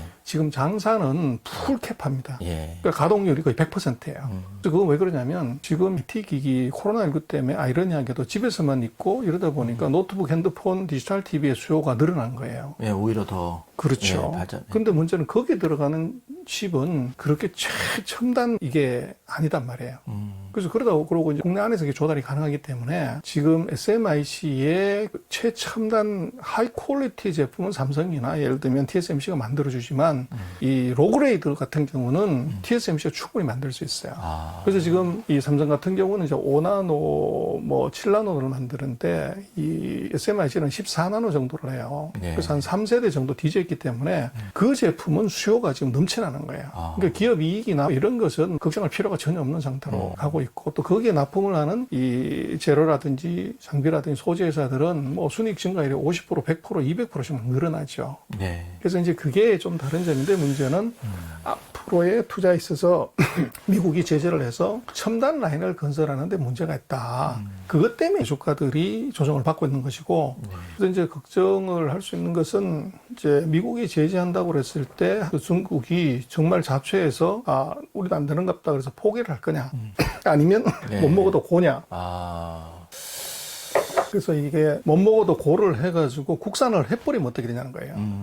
지금 그게 문제가 됩니다. 근데 이제 문제는 중국 같은 경우는 우리는 이제 반도체 장비나 재료 소재 회사들이 다 민간 기업이기 때문에 네. 적자가 나거나 돈이 없으면은 사업을 안 하죠. 그렇죠. 네. 근데 문제는 중국은 이 반도체 장비 재료 소재 회사들한테 정부가 무한대 지금 지원을 해요. 무슨 얘기냐면 트럼프 대통령이 미국 기업들한테 법인세를 35%를 이걸 네. 21%를 14%로 확 깎아줬잖아요. 네. 그게 최근 4년 동안에 어떻게 보면 미국 기업들이 화랑을 보인 중요한 이유 중에 하나죠. 네, 그만큼 이제 세금을 깎아주니까 그렇죠. 투자자를 쓸 수 있었던 거고. 근데 네. 지금 중국 같은 경우는 2달 전인가요? 중국 정부 뭐냐면 반도체 기업들한테 지금 28나노, 그러니까 세계에서 가장 첨단 라인이 5나노인데 중국이 지금 14나노를 상용하고 있지만 그보다 한 세대 더진 28나노를 할 수 있으면 그 회사한테 앞으로 10년 동안 법인세를 빵으로 해주겠다. 아, 그런 당근책을 이제. 그렇죠. 아주 타격적인 당근책을 제시했네요. 트럼프가 14% 깎아줬는데 중국은 25% 깎아줬고 이게 지금 중국이 반도체 회사들을 지원하는 방법이에요. 네. 그리고 거기다가 50주짜리 펀드 만들어가지고 돈을 준 거예요. 그러고 이제 앞으로 아마 중국은 어차피 SMIC 같은 경우는 미국으로부터 장비를 못 사기 때문에 네. 무조건 국산화를 해야 됩니다. 그래서 중국의 장비 회사들, 재료 회사들, 소재 회사들이 국가의 지원받고 세금 지원받고 그리고 개발했다고 그러면 이것은 SMIC가 무조건 사주니까 네. 미친 듯이 반도체 장비 재료 소재 국산화가 이루어질 가능성이 있어요. 아. 그래서 그거는 우리한테도 이제 리스크가 있을 수 있죠. 그래서 중국이 저렇게 주저앉아가지고 포기를 해버리면 우리가 대박인데 네. 문제는 아까 말씀을 드렸지만 국가가 무한대 지원을 하기는 절대 포기하지 않습니다. 그리고 반도체 굴기 저것은 지금 오히려 아이러니하게도 미국이 제재를 들어갔기 때문에 얘들은 더 굴기에 목숨을 건다고요. 그래서 명분도 좋고요, 또. 네. 그럼요. 그리고 이제 우리가 자꾸 이제 그렇게 레토릭을 자꾸 쓰면 안 되는데 감히 중국이 반도체를 국산화한다, 삼성을 따라잡는다, 최첨단 라인을 따라잡는다. 네. 이거는 한 5년 뒤에, 7년 뒤에, 10년 뒤에 우리가 할 수 있는 꿈이다 이렇게 생각을 했는데 이걸 미국이 당장 잘라버리니까 네. 이거를 2년 내에, 3년 내에 이거 무조건 해야 된다고 하는 더 아이러니하게도 절박한, 그렇죠. 네. 그 절박함을 끌어내버린 거예요. 그러다 보니까 이게 아이러니하게도 중국이 한국에서 얘기하고 있는 반도체 굴기의 자초 끝났다 이게 아니고 그것을 더 땡기는 아이러니가 올 수 있어요. 저는 오히려 그게 더 걱정이 되고 또 중국의 지금 실력. 네. 왜 이제 우리가 반도체 굴기를 무서워해야 되냐면 중국은 지금 반도체를 원자폭탄 개발하는 것처럼 그렇게 봐요. 완전 목숨 걸고 그냥. 그래서 정부적으로. 1959년에 네. 소련이 더 이상 원자탄 개발하는 기술을 제공하지 않겠다 스톱을 시켰는데 1950년대 같은 경우는 소련이 세계 최고의 기술국인데 이걸 끊어버리니까 자기는 아무것도 없는 거죠. 그래서 모든 것을 다 스톱. 지금 미국이 반도체 끊는 것보다 더 시리어스하게 끊었는데 중국이 어떻게 했냐면 맨 땅에서 이제 국내 과학자, 기술자들 모아가서 5년 만에 원자폭탄을 만들어요. 이게 5년 만에. 그 당시에도 저력을 보여줬나요? 완전히 네. 맨 땅에. 근데 지금 중국 정부가 생각하는 것은 반도체는 원자폭탄 개발하는 것처럼 해야 된다. 그래서 서방에서는 그렇게 많이 보죠. 원자폭탄 개발하는 거 반도체 개발하는 거 똑같냐. 이게 원자폭탄 하나만 개발하는 거고 이것은 연속 공정을 가야 된다. 뭐 이런 수많은 얘기를 하지만 전 중국이 원자폭탄 개발하듯이 한다고 하는 것 자체가 이게 무섭다는 거예요. 그렇죠. 그리고 두 번째는 네. 원자폭탄 개발할 때는 중국이 인프라가 아무것도 없었는 데서 이제 시작을 한 거지만 지금 뭐가 두려우냐면 첫 번째는 아까 말씀을 드렸지만 기술은 제도적으로 법적으로 막을 수는 있지만 그 기술은 사람한테 체화가 돼 있는 거예요. 근데 문제는 지금 중국의 전 세계 모든 반도체 회사들이 다 들어와 있습니다.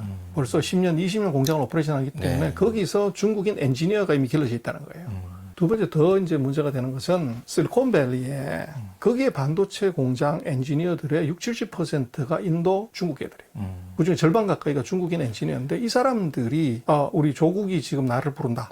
그렇게 해서 얘들이 실리콘밸리에서 체득한 그 기술을 그대로 갖고 들어왔을 때 예. 이게 중국의 반도체 굴기를 확 당길 수가 있어요. 그리고 거기에 대해서 기업이 아니고 국가가 파격적인 대우를 한다고요. 주고 차주고 세금 없애주고 애들 다 명문대학 보내주고 이런 식의 이제 페이버를 줬을 때 원자폭탄 개발하는 것보다도 반도체 개발이 더 땡겨질 수 있는 위험이 있어요. 그래서 그게 만약에 국산화가 되거나 이렇게 되면 미국도 타격받지만 한국이 가장 크게 타격받을 가능성이 있다고요. 네. 그래서 중국의 반도체 굴기를 우리가 지금 레토릭으로 자꾸 끝났다 안 했다 이렇게 보는 것은 넌센스라는 겁니다. 안을 깊이 들여다보면 이것이 오히려 미국의 제재가 중국의 국산화 의혹을 더 자극시키고 강화시키고 예. 이게 동기부여가 돼가지고 의외로 이것이 더 땡겨질 수 있는 위험이 있어요. 예. 저는 그 소장님을 좀 자주 모시고 이렇게 좋은 말씀을 듣고 싶은 이유 중에 하나가 한국의 코스피 비중 중에 삼성전자가 차지하는 비중이 3분의 1이라고 보면은 소장님 말씀대로 앞으로 향후 3년, 5년 뒤에 그런 삼성전자의 주가라든지 위상이 중국 기업에 좀 상대적으로 밀릴 경우에 그러면 중국에는 그런 기업들이 더 많이 약진을 한다고 하면 우리가 중국의 그런 선입견이나 이걸 좀 잠시 내려놓고 투자자 관점에서 철저하게 봐야 된다고 생각하거든요. 그러면 지금부터 거기도 스터디를 하고 공부를 하고 어떤 기업이 앞으로 3년, 5년 뒤에 제2의 삼성전자에 버금가는 기업이 될 거냐를 지금 고민하지 않으면 기업은 일단 논의로 하고 투자자 입장에서는 뒤처질 수밖에 없지 않겠냐. 우리는 이제 뭐 믿을 만한 게 반도체 하나밖에 없잖아요. 너무 안타까워요. 아까 말씀을 이제 했지만 네. 지금 우리는 그것도 메모리 반도체 하나인데 예. 중국은 이 반도체는 지금 전쟁터지만 네. 전쟁이 끝난 게 몇 가지가 있어요. 예. 첫 번째 LCD. 앞으로 모든 전자기기가 이제는 뭐 디스플레이 화면 없이는 이것은 기계의 얼굴이거든요. 사람의 네. 얼굴이 없으면 이게 안 되잖아요. 네. 앞으로 4차 산업혁명이 되면 전기차가 되든지 AI가 되든지 뭐가 되든지 간에 이게 디스플레이로 봐야 그렇죠. 됩니다. 예, 예. 이 디스플레이 산업, 우리가 1등이 아니라 지금 중국 1등이에요. 디스플레이 산업, 두 번째는 전기차. 네, 전기차. 이것이 기술은 지금 테슬라가 앞서 있을지 몰라도 제가 볼 때는 앞으로 3년 뒤에, 5년 뒤에도 테슬라가 1등이냐 그렇게 얘기할 수 없어요.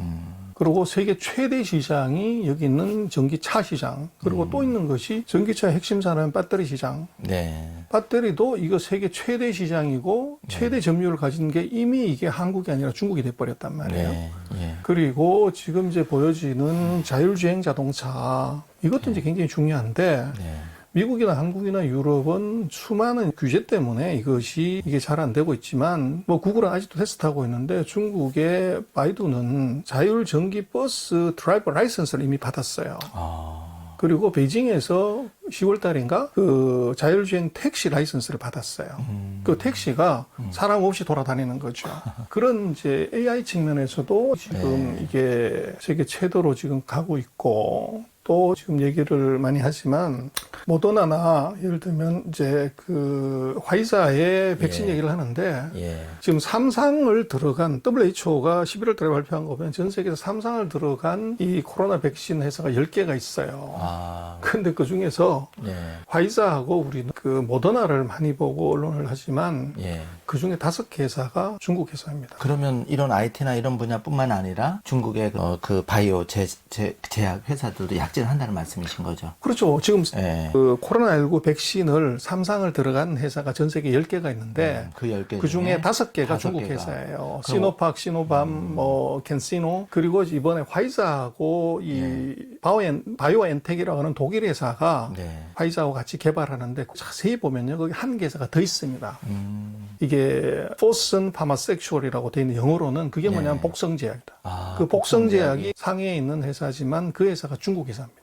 그래서 지금 전 세계 백신의 이 개발의 이 절반을 중국 회사가 하고 있다고 봐야 돼요. 그래서 예를 들면 그런 이제 바이오, 우리는 반도체, 삼성전자만 쳐다보고 있지만 지금 그 5개의 엄청난 아이템에서 중국이 올라오고 있고 그 안에서 이게 또 다른 삼성전자가 나올 수가 있다는 거예요. 반도체 이외에서. 그렇죠. 그리고 제약 바이오 분야에 그렇습니다. 그리고 지금 또 하나 봐야 되는 건 인터넷 모바일이죠. 플랫폼 기업들을 놓고 보면 지금 물론 이제 빵 기업이 세지만 지금 빵 기업의 그 맞짱을 뜨는 회사가 이미 시가총액 레벨에서 놓고 보면 아리바바나 탄센트가 미국의 빵 기업들 순위로 보면 3등, 5등을 하죠. 저게. 그래서 이게 결국 빵 기업들의 입장에서도 놓고 보면 잠재적인 최대 경쟁자가 중국입니다. 그래서 미국은 3억 2천만 명 인구에 전 세계를 이제 상대로 마케팅을 해야 한 10억 명, 15억 명 넘어가는데 중국은 자기네 캡티브 마켓에서 이게 14억이니까 핸드폰 가입자 수가 지금 16억 5천만이거든요. 그럼 그 안에서만 기본적으로 5억, 10억의 가입자가 그대로 나오는 엄청난 빅테크 기업이 그냥 자체로 나오는 거죠. 그래서 거기서 예를 들면 음식 배달을 해버리면 메이투안이다. 이게 뭐 가입자가 바로 5억 명이 툭 튀어나오는 거예요. 그리고 거기다가 원격 의료를 한다. 그랬더니 이게 이 약 배달하는 거. 원격 진료도 이게 4억 명짜리 그냥 툭 튀어나오는 거죠. 그래서 지금 중국이 그 마켓, 아까 말씀드렸던 한 4-5가지의 그런 이제 신기술 말고 플랫폼도 이게 어마어마하게 크다는 거예요. 그렇죠. 근데 이제 우리는 그런 이제 인더스트리를 이거를 안 보고 이제 보지를 않고 있다가 보니까 중국은 우리보다 못 사는 거지 나라 이런 식의 관점으로 보고 중국은 그거는 너무 무식한 거죠. 그래서 너무 우리가 그 경제나 산업이나 금융을 볼 때 감정을 섞어서 보면 잘 안 보여요. 그렇죠. 선입관이 생기고 그러면 그렇죠. 투자에는 그렇죠. 안 좋은 거죠, 굉장히. 그래서 뭐 우리가 좀 아이러니한 것은 이게 우리 삼성전자하고 반도체 최고의 삼성전자하고 중국의 전자상거래하고 SNS 하는 이 알리바바하고 탄센트 시가총액이 누가 크냐. 누가 클 것 같습니까? 아리바바 탄센트가 우리 삼성전자 시가총액의 2배예요. 근데 그걸 어떻게 설명하냐는 거죠. 그렇죠. 전 세계 노트북, 핸드폰, LCD, 반도체 세계 1등한 회사의 시가총액이 중국의 전자상거래 회사, 이 카톡 회사, 얘들의 시가총액이 절반밖에 되지 않는다는 거를. 그래서 그거를 우리가 좀 잘못 보고 있는 거죠. 그러니까 소장님 말씀대로 분명히 잠재 성장 가능성이 소비자가 아주 무한대로 많은 중국 시장의 그 잠재력을 보셔야 된다는 말씀이고, 저는 요번에 이제 그 이런 글로벌 전염병 사태를 보면서 미국에서 의외로 실업수당을 받아야 되고 부익부빈이 심화되면서 그러니까 소비를 해줄 수 있는 인구가 중국에 대비해서 상대적으로 적다는 걸 많이 받았거든요. 그러니까 앞으로 중국의 중산층이 더 약진을 하고 그러면 그 시장이 많이 커질 거지 않습니까? 그러면 전기차도 사줄 거고 그렇게 좀 그래서 이제 지금 보면 2020년에요. 네. 내수 유통 소비 시장의 규모를 보면 네. 이번에 중국의 내수 유통 소비 시장이 미국을 추월합니다. 물론 코로나 때문에 미국이 그만큼 떨어지는 건 있지만 네. 앞으로 2, 3년 내에 전 세계 최대 소비 시장은 미국이 아니라 중국이 된다고요. 그게 굉장히 무서운 거네요. 그럼요. 그리고 지금 아까 말씀을 드렸지만 소비 아이템 중에서 가장 큰 아이템은 뭐니 해도 자동차예요. 네. 근데 자동차를 전 세계에서 제일 많이 사는 나라가 네. 놀랍게도 중국입니다. 2,700만 대, 2,600만 대를 사는데 미국이 1,700만 대를 사요. 그렇죠. 그래서 미국보다도 900만 대, 1,000만 대를 더 사는 시장이 이미 중국이고 네. 두 번째는 이제 럭셔리죠. 네. 전 세계 루이비통, 구스페라가 뭐 샤넬 같은 명품의 작년 같은 경우에 35%를 중국이 샀어요. 세계 최대 네. 시장이에요. 그래서 지금은 중국은 저것이 이 컨슈머에서도 세계 최대 시장으로 이미 올라왔는데 우리는 이제 그거를 잘 안 보죠. 안 그렇죠. 보고 중국은 망한다, 무슨 망하고 있다, 곧 망한다. 예.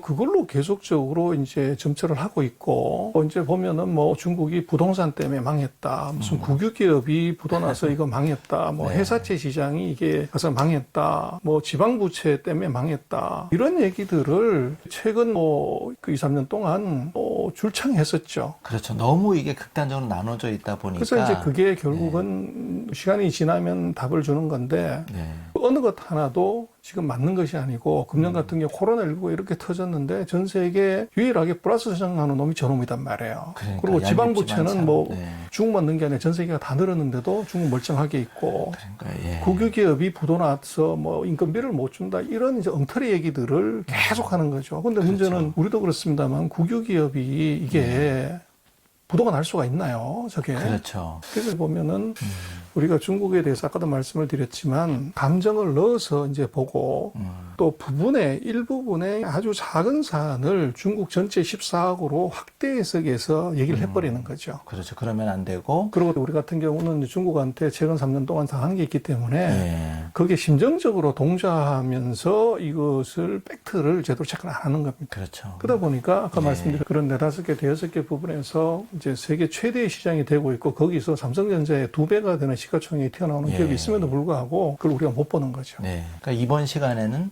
전병소 소장님과 함께 지금 2020년에 굉장히 핫했던 삼성전자, 그렇지만 앞으로 더 핫해질 중국의 제2의 삼성전자를 찾아라, 이런 시간을 한번 새로운 시각에서 살펴보는 시간을 가졌습니다. 우리 한국의 투자자들이 중국에 대해서 선입견을 굉장히 많이 가지고 계신데 이런 부분을 안타깝게도 아직 2020년에도 선입견을 많이 가지고 있어서 이제 니오라든지 니오오토라든지 샤오펑이라든지 굉장히 투자기회를 많이 놓쳤단 말이죠. 이런 관점에서 봤을 때 그 중국에 대한 선입견 중에 하나가 정부에서 주도를 하다 보니까 부도가 난다든지 뭐 최근에 엔트그룹 사태에서 봤지 이런 거는 좀 어떻게 봐야 될까요?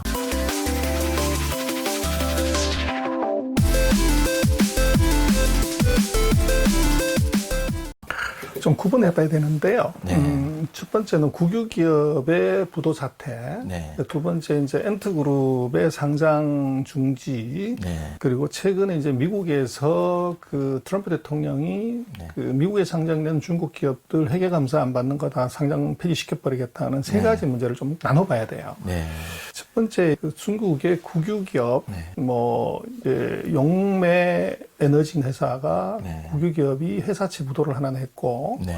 중국에 이제 BMW 네. 그 합작 회사가 있어요. 화천 BMW, 화천 바오마라는 회사가 있는데 랴오닝 회사. 이 회사도 회사채 하나를 부도를 했어요. 네. 그리고 한 달 전인가 네. 그 칭화윤이라고 예. 그 이제 칭화대학이 낸 회사, 그래서 중국의 반도체 메모리 반도체를 가장 강하게 추진하고 있는 회사가 네. 자광국미라고 하는 자회사 회사채를 하나를 부도냈어요. 네. 그리고 이제 며칠 전인가는 그 칭화 유닛 그룹이 발행한 회사채 50억 위안짜리를 또 부도를 했어요. 네. 그래서 중국의 국유회사 한 3개 회사가 부도를 내면서 중국 국유기업들이 이제 부도를 내기 시작을 한다. 네. 그래서 중국이 연쇄부도 나가지고 중국 어렵다. 이렇게 많이 얘기를 하고 언론에서도 그렇게 얘기하고 많은 유튜버들이 그 엉터리입니다. 예, 많이 큰일 났다 뭐 이런 식으로 막 그렇죠. 다 망한다 이런 그게 식으로. 이제 잘못된 건데 그게 네. 왜 그러냐 그러면 네. 그래서 아까 말씀드린 말씀을 드렸지만 중국은 좀 깊이 들여다보고 안을 자세히 봐야 돼요. 네. 그래서 우리도 그렇습니다만 예를 들어서 우리도 예를 들어 철도공사, 도로공사, 항만공사, 뭐 공사라고 이름 붙은 회사들이 이게 다 적자잖아요. 네. 흑자를 내기가 어렵잖아요. 그럼 그런 회사들이 발행한 회사채가 부도가 날 수가 있나요? 마지막에 부도나는 거죠. 그거는 정말. 우선 국가가 부도나야 부도나는 그렇죠. 거죠. 예. 그러니까 부도가 안 난다고 그렇죠. 봐야 되겠죠. 근데 이제 중국도 국유기업이 저걸 부도를 낸다. 이건 있을 수 없어요. 근데 그 이유가 뭐냐면 두 가지가 있는데 첫 번째는 지금 얘기 드린 그 회사들은 다 지방 국유기업이에요. 예를 들면 이제 허난 또는 야오닝, 베이징 그 지방에 이제 있는 회사들이고 이제 중국의 국유기업은 중앙 국유기업이 있고 지방 국유기업이 있는 거죠. 그래서 지방 국유기업의 경우는 지방 정부가 대주주예요. 근데 이제 무슨 문제가 있냐면 지방 이제 화천 BMW나 뭐 허난성인가 어디에 있는 그 용매 에너지 같은 경우는 지방 정부가 대주주인데 중앙 정부가 무슨 얘기를 했냐면 최근 몇 년 사이에 지방 정부들이 지방 정부 경기 살리고 이러려고 회사를 부도내 버리면 대량 실업자가 나오니까 이걸 막기 위해서 회사를 구조조정해야 될 회사를 구조조정을 안 하고 계속적으로 돈을 대줘서 수명을 연장시키는 이런 일이 많이 있었다는 거죠. 산소호흡기를 많이 달아주는데. 그렇죠. 네. 근데 이제 중국 정부는 우리로 얘기하면 좀비기업, 중국말로 얘기하면 깡시기업이라고 그러는데 이 기업을 정리하라는 거예요. 그러는데 이제 그것을 정리를 안 하고 있으니까 어떻게 했냐면 지방정부가 투자하는 것 또는 채권 발행하는 것, 이 대출을 해주는 것에 대해서 중앙정부가 통제를 들어간 겁니다. 근데 이번 이제 코로나19 때문에 전체적으로 다 장사가 안 되고 현금이 빵꾸가 나니까 지방의 국유기업도 캐시플로가 빵꾸 난 거죠. 근데 그렇게 되면 중앙정부의 허가를 받아서 지방정부가 그 기업들한테 추가적인 투자를 해주든지 대출을 해주든지 뭐 신용공여를 해줘야 되는데 중앙정부가 그걸 허락을 안 한 거예요. 그래서 이제 이 지방정부의 가 대주주가 되어 있는 지방 국유기업들이 일부 회사채가 부도가 난 거죠. 그래서 이것을 놓고서 전체가 그렇자 이거는 전혀 아니라는 얘기고 중국에 뭐 국유기업이 수천 개 수만 개가 있는데 그중에 3개 났다고 하는 건 그건 아닌데 그럼 왜 중앙정부는 그런 액션을 했냐 그러면 첫 번째는 이번 참에 좀비 기업은 정리하라는 거예요. 두 번째는 이거를 한 3개 회사의 부도를 주가가 막아줬다고 하면 모랄 해저드가 있을 수 있다는 거예요. 다 어려운데 나머지 회사들도 자구 노력하고 조정하고 이렇게 하는 것이 아니라 부도 내면 국가가 또 돈 줄 건데 이제 이런 이제 기대감을 갖게 한다는 거예요. 그래서 결국은 이건 뭐냐면 10원 케이스로 날리는 겁니다. 근데 그 3개 회사가 다가 얼마가 부도 났냐면 2천억이 안 돼요. 부도난 금액이. 근데 그 회사 사이즈가 뭐 수조, 수십조짜리 회사들인데 그래서 돈이 1,000억이 없어가지고 이걸 부도를 냈냐? 그건 아니라는 거예요. 그리고 예를 들어서 칭화유니그룹의 자회사인 자광국미라는 상장회사가 있는데 그 회사가 한 달 전에 부도를 냈어요. 그러면 그게 부도가 났으면 그 회사 거래 중지가 돼야죠. 근데 지금도 거래가 잘 되고 있습니다. 그래서 어떻게 한 거냐? 그 북경은행이 신용공여를 해줘가지고 그 회사채를 연장을 시켰어요. 근데 그거는 이미 한 달 전에 이미 다 끝난 사안이에요. 그런데도 우리는 계속 중국이 문제가 있다, 부도난다, 뭐 국유기업에서 이걸 뉴스에서 계속 반복을 하는 거죠. 잘못됐다. 그다음에 최근에 칭화유니그룹이 자기네 그룹이 발행한 50억 위안짜리를 이거를 부도를 했어요. 그리고 4억 5천만 달러짜리 해외 이제 회사채를 하나를 또 부도를 했고, 그래서 회사채 시장에서 그게 난리가 나는데 이제 칭화유니그룹은 어떤 회사냐면 문교부가 대주주인 회사예요. 그래서 문교부가 반도체를 만든다는 거죠. 그래서 좀 이상한데 그건 뭐냐면 문교부가 100% 지분을 갖고 이 칭화대학이 이제 그 투자를 한 회사가 바로 이 칭화홀딩스라는 지주회사예요. 요 지주회사 밑에 3개 회사 그룹이 또 있어요. 하나가 칭화동방이라는 그룹이 하나 있고 CD그룹이라는 게 하나 있고 그 다음 3번째가 칭화유니그룹이에요. 근데 우리는 이제 칭화그룹이 다 거들났다 이렇게 보는데 그게 아니고 그게 3개 그룹 중에 1개 회사가 칭화유니 회사다. 근데 이 칭화유니는 이 칭화홀딩스가 이 지분을 51%를 갖고 베이징에 있는 천쿵그룹이라고 하는 민간기업이 49%를 낸 합작회사예요. 그게 칭화유니인데 그럼 이 회사가 왜 중국의 반도체, 이 메모리 반도체를 이 어떻게 보면 굴기를 시키는 제일 주도 세력이 됐냐 이거예요. 근데 그게 중요한데 그 의미는 뭐냐면 그 사이에 중국이 전 세계를 상대로 한국, 유럽, 미국을 상대로 기술이 없기 때문에 M&A를 하려고 했었어요. 네. 근데 문제는 이것이 국가가 국유기업이 M&A를 들어가니까 전 세계가 다 국가가 통제하는 기업, 그런 기술이 중국으로 유출될 수 있다. 이렇게 해서 다 반대를 해서 다 이제 이루어진 게 없어요. 네. 그래서 중국이 생각한 게 뭐냐면, 야, 국유기업이 들어가면 모든 나라에서 다 반대를 할 거기 때문에 민간기업이 가야 된다. 고래에서 만든 것이 네. 칭화대학은 이게 방관반민이다 이런 느낌이 들잖아요. 그리고 거기서 예를 들어서 자회사를 만들고 민간기업에 자본을 유치를 해서 요거는 민간기업. 그래서 우리가 생각했을 때 51% 지분을 가진 대주주가 사장을 합니까? 아니면 49%를 가진 지분을 가진 주주가 사장이 되나요? 51%가 그렇죠. 네. 그러면 칭화윤희의 그 대주주는 당연히 칭화대학에서 나온 사람이 사장이 돼야죠. 근데 칭화윤희 그룹의 회장은 네. 천쿤 그룹의 사장인 이 자오웨이 구어라는 사람이 칭화윤희 그룹의 회장이에요.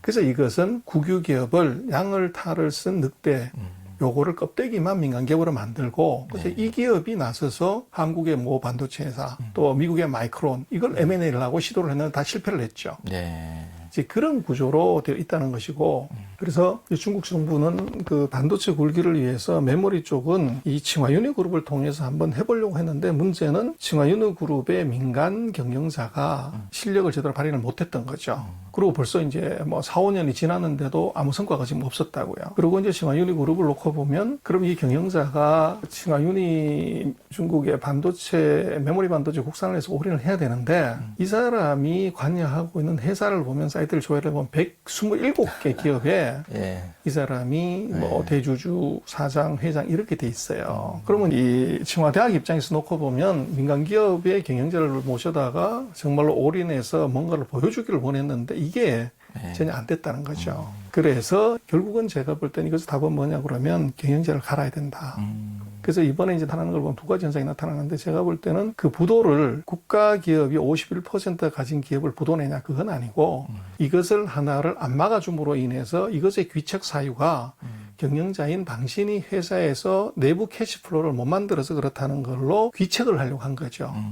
그래서 보면은 두 가지인데 하나는 이번에 그 자와이 구어라고 하는 민간 기업의 CEO 말고 칭화그룹에서 새로운 공동 CEO를 하나를 보냈어요. 그래서 이것은 이제 경영자 교체의 수준이다. 두 번째는 뭐냐 그러면 49% 51% 지분에서 칭화그룹이 중경시에 어떤 이제 펀드를 하나 유치를 해와서 그 회사가 33% 지분을 갖게끔 만들었어요.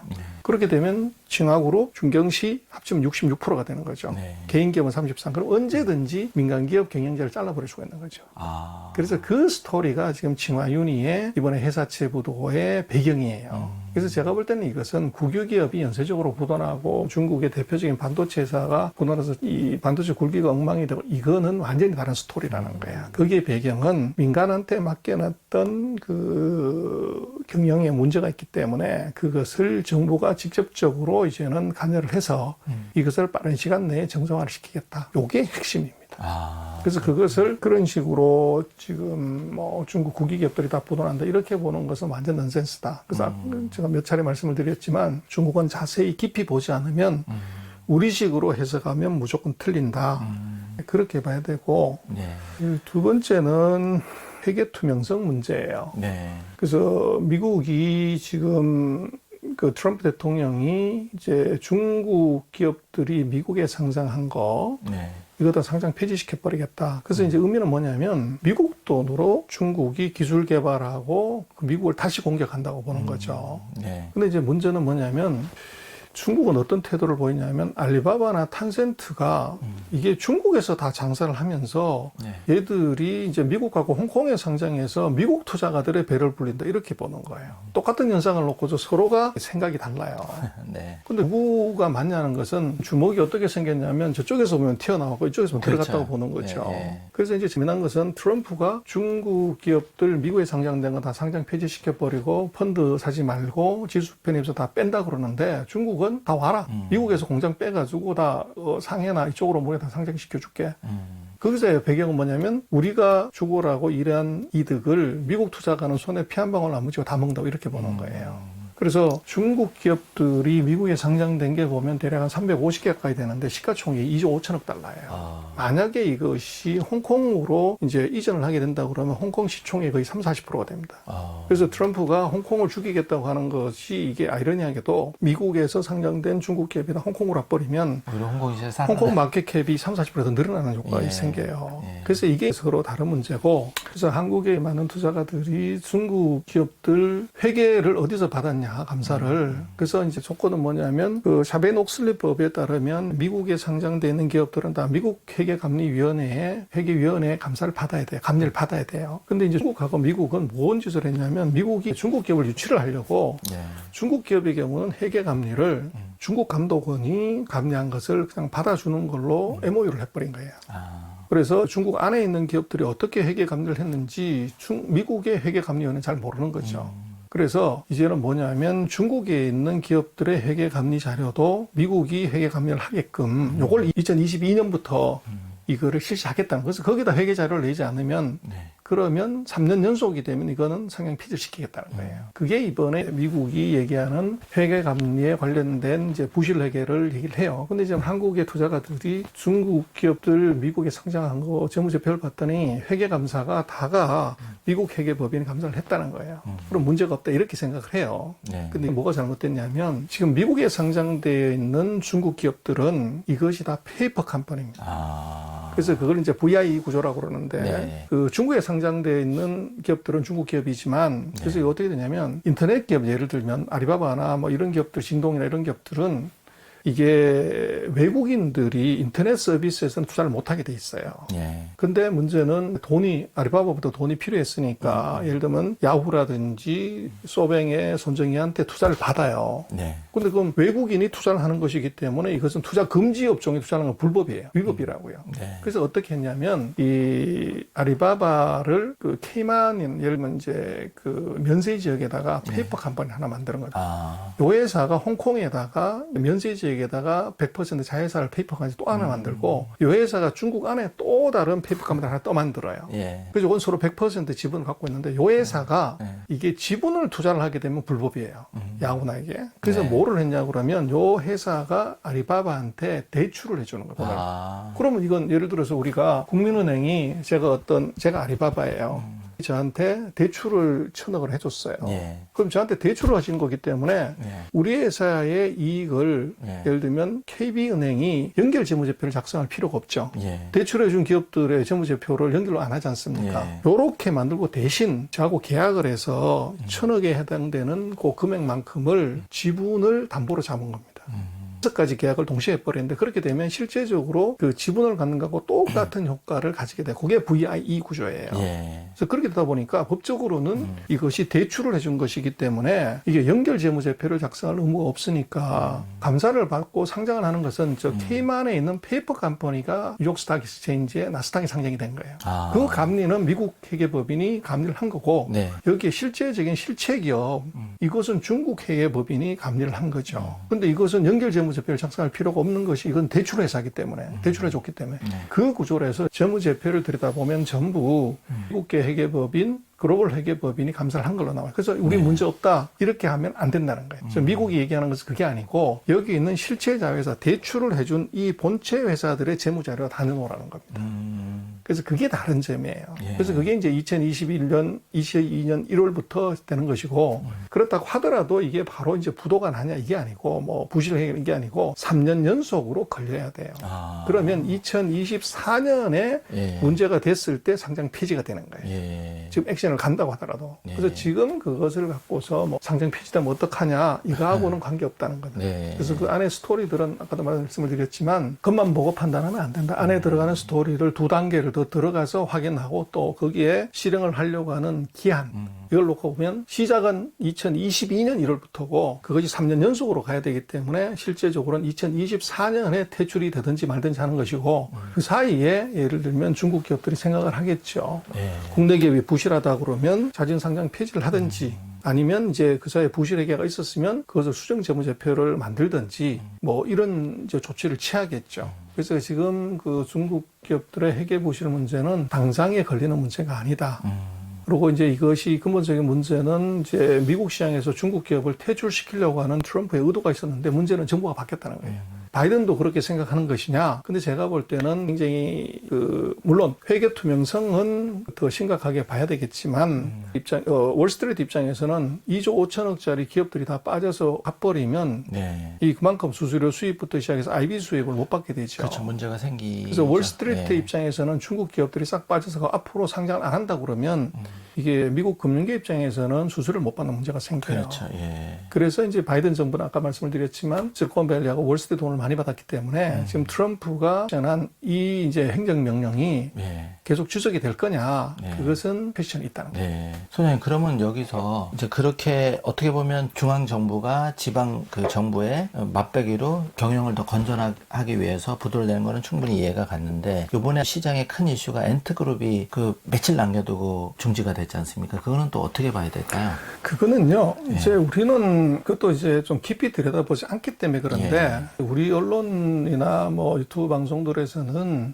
마윈이 겁없이 중국의 금융당국자들 앞에서 금융당국자들을 대들었다. 이제 예. 훈수를 줬다, 한 수 가르쳤다. 네. 그게 뭐냐면 이제 전당포 얘기예요. 그래서 마윈이 엔터파이낸셜 상장하기 전에 공모까지 끝낸 상태에서 중국의 루자스이 포럼이라는 것이 상해에서 매년 열려요. 네. 그래서 우리 같으면 이제 그 1년에 한 번씩 하는 이 여의도 금융 포럼 같은 거예요. 그래서 네. 중국은 거래소가 북경에 있는 것이 아니라 상해에 있죠. 네. 그래서 미국하고 똑같이 정치 도시는 베이징이지만 경제 금융 도시는 뉴욕처럼 네. 중국의 뉴욕은 샹하이죠. 거기서 포럼이 열리는데 거기는 뭐 금융당국의 모든 수장들이 증권감독, 은행감독, 한국은행 네. 다 옵니다. 네. 그리고 역대 수장들도 다 와서 한 말씀씩 하는데 거기서 마윈이 발언할 수 있는, 발표를 할 수 있는 이제 포럼 세션이 있었는데 거기서 마윈이 시니컬하게 얘기를 했다는 거죠. 중국의 은행들은 전당포 영업을 한다. 그래서 담보가 있어야만이 돈을 빌려주는 것인데 네. 지금 자기네가 하고 있는 핀테크, 특히 이제 엔터파이낸셜 같은 경우는 돈이 없는 사람도 빅데이터를 통해서 신용평가만 해서 우리가 대출을 해주고 이것이 예를 들면 30조, 50조 되는 영업실적을 이루었다. 그래서 앞으로 이 은행들은 이거 말이 안 되는 엉터리 영업을 하고 있는 것이고 우리처럼 이런 빅테크를 갖고서 신용을 기준으로 해서 대출을 해줘야 된다. 이렇게 훈수를 뒀다는 거예요. 그래서 예를 들면 중국 금융당국자가 노발대발해서 바로 엔터파이낸셜 IPO 중지시키고 심지어 한국에서는 시진핑이 대노해가지고 그걸 스톱시켰다. 이렇게 막 쓰는데 예. 그 말이 될까요? 그리고 예를 들어 우리 같은 경우에도 여의도에서 어떤 민간업자가 뭐라고 얘기를 했는데 네. 그거를 은행감독원장이 화가 나서 거래소가 화가 나서 상장 중지시킨다. 뭐 그럴 수는 있지만 그거를 예를 대통령이 예. 화가 나서 이게 말이 되는 얘기일까요? 그리고 설사 정말로 대통령이 그렇게 한다고 하더라도 대통령이 그걸 명시적으로 하면은 그건 나라 망신이죠. 예. 그래서 그런 정도로 우리 같은 경우도 거래소에 상장시키고 안 하는 거는 거래소 이사장이 자기 마음대로 할 수 있는 거죠. 예. IPO 담당하는 상무가 자기 마음대로 할 수 있는 거고 감독원이 그렇죠. 마음대로 할 수 있는 것이지. 그건 제가 볼 때 완전 엉터리 소설을 쓰는 거고요. 예. 근데 그것도 안을 들여다보면 제가 볼 때는 묘하게 오비락이에요. 이미 중국이 스케줄링해서 이것을 하려고 했던데 예. 거기에 공교롭게 엔터파이낸셜이 상장을 들어왔고 그 바로 직전에 마윈이 어떻게 보면 자기 생각을 좀 세게 얘기한 거예요. 예. 그래서 이것은 뭘로 봐야 되냐면 예. 반독점법을 봐야 돼요. 아. 그래서 이번에 엔터파이낸셜 문제는 회계나 무슨 마윈의 발언 문제가 아니고 이미 중국 정부가 스케줄링을 하고 있었던 게 있어요. 그게 뭐냐면 중국은 이 2008년인가 6년에 예. 반독점법이 있었어요. 그런데 그것을 별로 시행을 안 하다가 예. 2020년 1월 달에 반독점법을 개정을 해요. 네. 그러면서 2020년 1월 달에 반독점법을 개정을 하면서 추가적으로 인터넷 산업 플랫폼 기업에 대한 반독점법을 추가적으로 더 세세하게 규제하겠다는 얘기를 해요. 그래서 그 얘기가 나왔고 그거를 지금 묘하게 아리바바의 자회사 엔터파이낸셜이 상장 절차를 밟는 그 공모까지 끝낸 그 사이에 그 다음번에 자기네들이 인터넷 기업들에 대한 반독점법을 시행하겠다는 걸 발표를 해요. 근데 문제는 반독점법 같은 경우는 우리 같은 공정거래위원회 소관이죠. 예. 근데 이것을 증권거래소라든지 감독원의 실무자들이 이쪽하고 커뮤니케이션 할 이유가 없죠. 예. 이걸 안 하는 와중에서 무슨 문제가 생겼냐면 감독원하고 거래소 거래소가 상장을 하기 위한 공모까지를 끝냈는데 문제는 공정거래위원회에서 나온 이 법안을 보면 엔터파이낸셜의 수익 모델 자체에 근본적인 치명적인 변화가 있어야 돼요. 이게 뭐냐면 지금 공정거래법에 놓고 보면 불공정한 인터넷 회사들이 불공정한 행위를 하지 말라는 것인데 거기에 중요한 포인트가 뭐냐면 엔터파이낸셜의 전체 수입의 한 47% 절반 가까이가 소액 대출이에요. 그렇죠, 그렇죠. 네. 근데 소액 대출은 우리 같은 경우는 예를 들면 한국은행이 국민은행이 100억을 예금을 받아서 대출을 하게 되면 당연히 이제 은행감독원의 감독을 받고 그 중에서 20%를 또는 10%를 한국인들한테 지준 예치를 해야 되죠. 그럼 예를 들어 지준율이 10%라 그러면 90억만 대출을 해주고 그리고 90억이 다시 예금으로 들어왔을 때 거기에 또 10%를 뺀 예를 들면 그 8억 9천 요렇게 이제 이 안전장치를 해야 되죠. 그리고 예를 들면 이제 바젤 2, 3 협약에 따르면 이 총자산 자기 자본의 예를 들면 몇 배만큼만 대출하게 돼 있잖아요. 근데 지금 엔터파이낸셜 금융기관이 아니란 말이에요.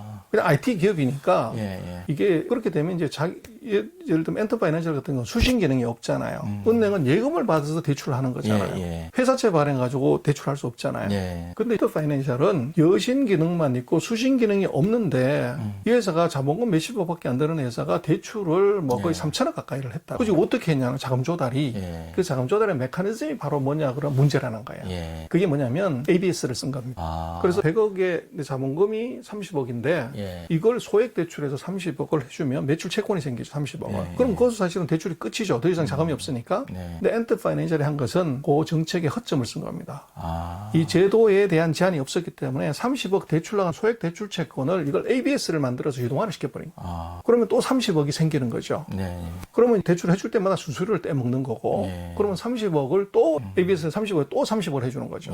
그렇게 되면 이게 60억을 대출한 효과가 생겼단 말이에요. 그럼 60억을 또 ABS를 만든 거예요. 이게 무한 루프로 돌아갔기 때문에 문제는 그것을 대출을 받아간 사람이 중국의 대기업 국유기업이 아니라 전부 개인들이라고요. 그래서 이것은 중국 당국이 보면 이것은 서브프라임 모기 사태가 똑같다. 만약에 리스크를 사전에 그렇죠. 만약에 이제 소액의 사람들이 경기가 나빠져서 부도가 나면 거기서 10%만 부도 나면 이거 서브프라임 모기사가 똑같아지는 거죠. 이게 무한 루프로 이게 돌아갔으니까. 그렇죠. 어떻게 보면 그 ABS 구조를 통한 소액 대출의 메커니즘은 이건 잘못이다. 실제로 은행 대출 업무하고 똑같은데 이것의 규제를 전혀 받지 않고 만약에 10%만 날아가면 원본이 날아가서 이것을 어떻게 보면 그 금융상품 자체가 그걸 인수한 금융기관들이 다 부도가 나는 불상사가 생길 수 있다는 거죠. 그래서 금융당국 입장에서는 말이 안 된다는 거예요. 근데 지금까지는 이건 핀테크 회사였기 때문에 감독원의 규제를 받는 게 아니었단 말이에요. 그래서 감독원이 IPO를 하겠다고 왔는데 얘들의 비즈니스 모델을 보니까 이건 서프라임 모기지 구조예요. 그래서 이건 안 된다. 그래서 전체 뭐 수입의 47% 가까이인가가 여기서 나는데 이게 감독원의 규제에 집어넣으면 예를 들어 자본금의 1.3배, 1.5배 그렇게 되면 자본금이 예를 들어 30억이라고 그러면 60억밖에 대출을 할 수 없는데 이게 3천억을 했단 말이에요. 그러면 이만큼은 대출을 무조건 줄여야 되는 거죠. 그렇죠. 은행도 마찬가지지만 바젤3 협약에 따르면 그렇게 되면 전체 수입의 47%가 아이러니하게도 10%로 줄어들어 볼 수 있다고요. 그럼 나머지 37%만큼이 날아가게 되면 엔터파이낸셜의 시가총액이 아마 68달러인가 68위안으로 IPO를 하게 되면 350조 가까이 돼요. 그런 350조에서 90%가 줄어든다. 이 그만큼 줄어들면은 시총이 이게 350조가 아니라 100조도 안 될 수가 있는 거죠. 그래서 이것이 투자가들은 이미 공모를 했지만 지금 이 회사의 메커니즘을 보고 이것은 중국이 이제 공정거래법 그리고 대출규제법을 시행을 하려고 하는데 그걸 시행을 해버리면 이 수익 모델 자체가 이게 잘못됐다는 거예요. 그래서 감독당국이 보통의 경우에 뭐 회사 하나를 상장시키거나 폐지를 시키는데 그럼 감독원이 그냥 결정해버려 가면 되는데 그 결정을 하기 전에 은행감독원, 증권감독원, 한국은행 예를 들면 거래소, 사자가 다 모여서 회의를 해요. 그래서 그것은 무슨 의미냐 그러면 이 사태를 자기네들이 이게 핀테크 회사이기 때문에 체크를 못했던 거래소하고 감독원은 상장 절차만 했고 이 공정거래법이나 이 대출규제법에서 이 체크가 안 됐던 거죠. 근데 이것이 액션이 되게 되면 엔터파이낸셜 자체의 시가총액이 공모금액의 3분의 1 토막, 5분의 1 토막이 날 수 있는 위험이 있는데 이것을 중국만 한 게 아니라 홍콩에서도 IPO를 했기 때문에 전 세계가 다 들어왔다는 거예요. 그럼 상장하고 나서 이 규제가 들어오면 주가가 3분의 1 토막, 5분의 1 토막 났을 때 그 후유증을 감당을 못 한다는 거예요. 그래서 긴급하게 IPO를 중단시킨 거예요. 아, 그렇죠. 네. 그래서 바로 나왔던 것이 뭐냐면 예. 이 자본금의 뭐 예를 들면 그 3배 이상으로 나갔던 대출 이거 못한다. 그럼 그만큼 줄여야 돼요. 네. 그리고 지금 이게 핀테크 회사니까 예를 들면 그 전국을 상대로 온라인에서 다 대출을 했단 말이에요. 예. 그래서 여기다 뭐 제재를 넣는 것도 보면 중국은 예를 들어서 자산운용사나 뭐 이런 것도 증권사도 보면 지역별로 이게 인가가 나요. 예. 근데 이것은 핀테크 회사니까 중국의 31개 성한테서 라이센스 없이 다 받았던 거죠. 그래서 이 새로 도입한 것은 매 각 성마다 네. 라이센스를 다 받아야 된다. 그래서 그렇게 되면 지금처럼 31개 성을 상대로 영업, 근데 라이센스를 받으려면 그 법인마다 자본금이 있어야 됩니다. 그러면 이 대출의 여력이 확 줄어들게 되고 설립을 다 해야 되기 때문에 시간이 오래 가는 거죠. 아. 그래서 그 규제가 같이 들어오기 때문에 예. 그 규제가 진행이 되게 되면 지금 엔터파이낸셜의 시가총액은 이것은 달라진다. 그래서 그 이제 두 가지 이유가 있었고 네. 아리바바 같은 경우에 주가가 이렇게 조정을 받았단 말이에요. 네. 그리고 계속 이렇게 막 흘러내리는데 네. 그래서 그걸 좀 조심해서 봐야 되는 것은 그것이 아리바바의 시가총액 중에서 그 엔터파이낸셜의 IPO를 했을 때 시가총액 얼마가 될 거라는 기대감이 아리바바 주가에 반영이 돼 있어요. 근데 이것이 시가총액이 이런 수익 모델의 변화, 정부의 규제 때문에 이것이 확 짜부러들게 되면 아리바바의 시가총액도 그만큼 줄어들어야 돼요.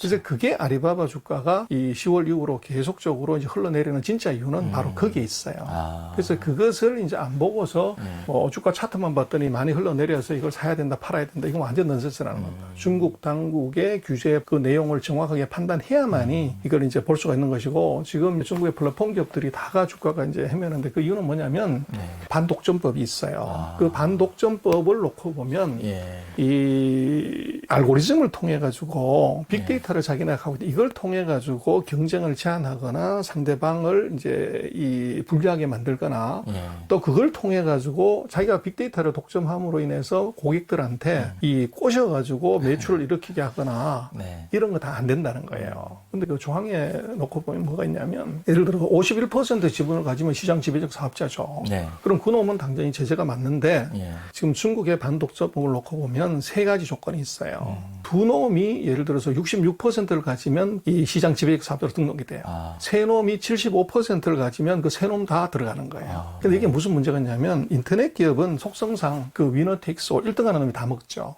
그러다 보니까 1등 하는 놈의 시장 점유율이 90%, 80%, 70%, 60%가 돼요. 네. 그러면 예를 들어서 전자상거래에서 아리바바가 예를 들면 60%를 먹고 네. 징동이 20%를 먹고 그런데 그게 핀도어도는 5%밖에 안 돼요. 그러면 이론상으로는 시장 지배적 사업자는 60%를 가진 아리바바만 시장 지배적 사업자인데 지금 세 개 회사를 합쳤을 때 이게 80%가 넘는단 말이에요. 그렇죠. 그럼 핀도어도처럼 5%밖에 안 되는 놈도 공정거래법에 들어간다는 거예요. 아. 제재 대상에. 네. 그렇게 되면은 지금 핀도어도 같은 5%짜리 회사도 정부 규제에 그대로 들어가 버리기 때문에 지금 플랫폼 기업들의 밸류에이션이 달라져야 된다는 거예요. 네. 그래서 예를 들어서 메이투안 같은 경우도 시장을 거의 60%, 70%를 먹고 있기 때문에 네. 그 얼러머라든지 이런 세계사들의 지분을 합쳐버리면 이게 이 시장 점유율 90% 넘어간다고요. 네. 그럼 거기에 들어간 회사가 다가 규제에 들어가 버리는 거죠.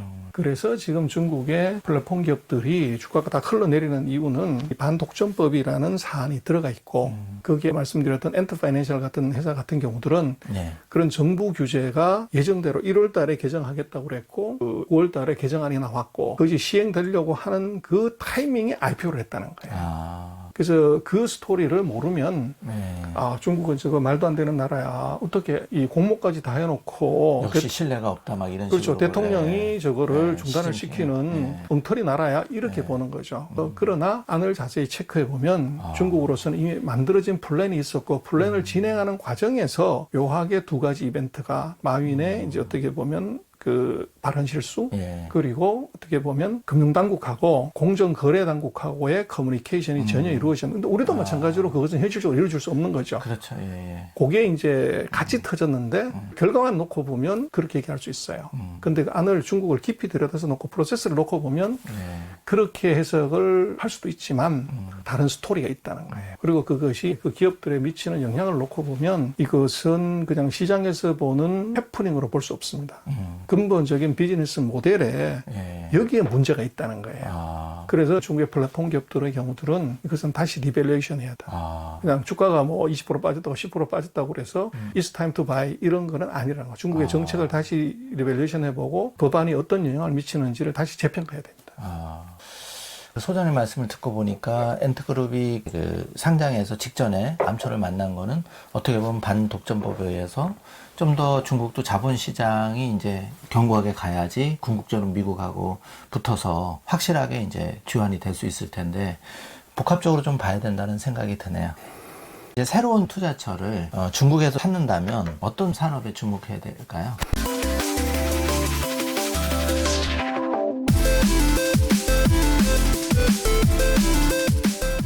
그래서 뭐 이 블랙락 같은 경우도 It's time to 이제 China라고 얘기를 했다고 그러는데 네. 금융시장에 영원한 성장 산업도 영원한 사양 산업도 없습니다. 네. 그 전에 너무 좋았던 데가 네. 다음에도 계속 간다 이렇게 보기는 어렵죠. 그런데 상대적으로 이제 중국 같은 경우는 인덱스로 보면 뭐 10년째 제자리고 금년도 올라간 게 없기 때문에 충분히 그 중국으로 익스포저가 옮겨갈 수 있는 가능성은 대단히 높아 보여요. 네. 그것의 의미는 첫 번째는 미국의 주가 상승이 좀 과한 부분이 있기 때문에 이쪽으로 돈이 옮겨갈 수 있는 가능성이 하나 있고 또 MSCI 인덱스에서 이게 올라갈 가능성이 있고 세 번째로 중요한 것이 환율이죠. 그래서 환율이 뭐 중국 같은 경우 돈을 모은 게 없다 이렇게 얘기할 수도 있지만 그 6.2에서 7.13까지 거의 미국이 무역 전쟁을 벌이면서 중국이 환율을 거의 15% 절하를 시켰어요.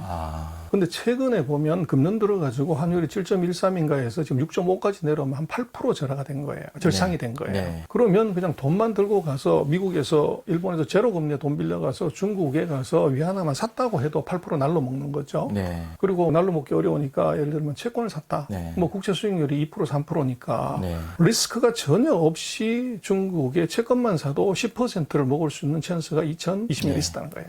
근데 지금 미국과 중국의 전쟁에서 뭐 2021년은 맨 먼저 벌어질 게 제가 보는 환율 전쟁입니다.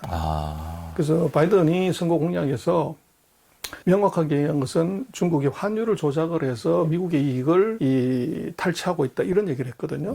그렇게 되면 뭐 대통령의 말이기 때문에 그것부터 시작을 하는 거죠. 그래서 중국이 최근 한 두어 달 사이에 환율을 왜 저렇게 절상을 시켰냐 그러면 그것은 이제 두 가지 이유인데 첫 번째는 미국이 새로운 정부가 들었을 때 맨 먼저 시비 거는 것이 무역이 아니라 환율일 수 있다. 거기에 빌미를 없앨 수가 있다는 것이 그래서 선제적으로 좀 그렇죠. 그게 하나 있고 두 번째는 이제 중국 경제 문제입니다. 그래서 환율이 절상이 되면 우리는 중국 죽었다 큰일 났다 이렇게 보는데 그것도 좀 넌센스인 것이 뭐 다시 한 말씀을 드리지만 중국을 깊이 들여다보지 않으면 옛날 생각으로 가면 옛날에 중국은 뭐 무역이 GDP에 차지하는 비중이 65%나 됐었어요. 그런데 지금 같은 경우는 이게 30%가 안 됩니다. 그리고 수출은 환율이 절하가 돼야 유리하고 절상이 된 불리한데 작년에 중국의 GDP에서 수출이 차지하는 비중이 17%가 안 돼요. 그럼 83%는 내수란 얘기죠. 그래서 환율의 절상이 중국 경제에 도움이 됩니다. 오히려 그렇죠. 환율이 절상이 되면 17% 수출 기업한테는 독이지만 수입을 해서 이게 먹을 쓰는 수익 기업들한테는 대박이죠. 가만 앉아 수익이 막 좋아지니까. 근데 중국 입장에서는 경기가 저게 뭐 상대적으로 좋다는 것이지 GDP 2% 성장했다는 것은 중국으로 보면 엄청난 고통이에요. 6%대 성장은 2%로 왔으니까. 경기를 더 부양시킨다고 하면 환율이 절하되는 것보다가도 절상이 되는 것이 수입 물가를 낮춰가지고 경기를 부양하는 데 도움이 되죠.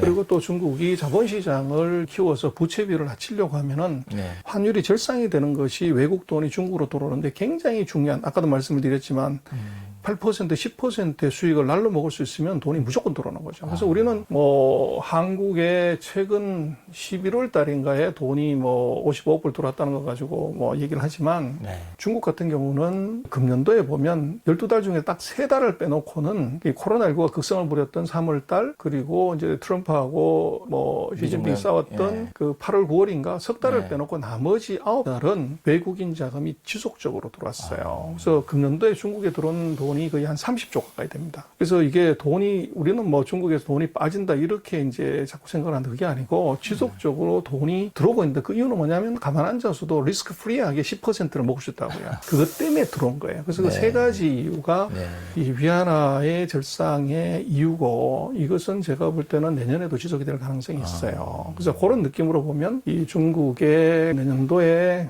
그 외자의 유입, 요것은 이제 계속적으로 이어질 가능성이 높다. 그렇게 볼 수 있고, 두 번째는 이제 중요한 게 경기인데, 세계 경기가 내년엔 다 좋습니다. 그런데 중국 같은 경우는 그 정부가 이제 포커싱 하는 분야를 놓고 보면, 그 첨단 산업이 있을 수 있고, 그 다음에 이제 지금까지 봐왔던 소비 산업이 있고, 그리고 이제 전통 산업이 있을 수 있어요. 근데 최근 이제 뭐 한 2년 동안 보면 중국의 소비 산업이 대박이 났죠. 무슨 뭐 백주 회사라든지, 무슨 뭐 이제 조미료 회사라든지. 그래서 지금 중국의 술 회사가 어떻게 공사은행보다 시가총액이 더 커요. 뭐 중국은 뭐 술만 먹고 사나요?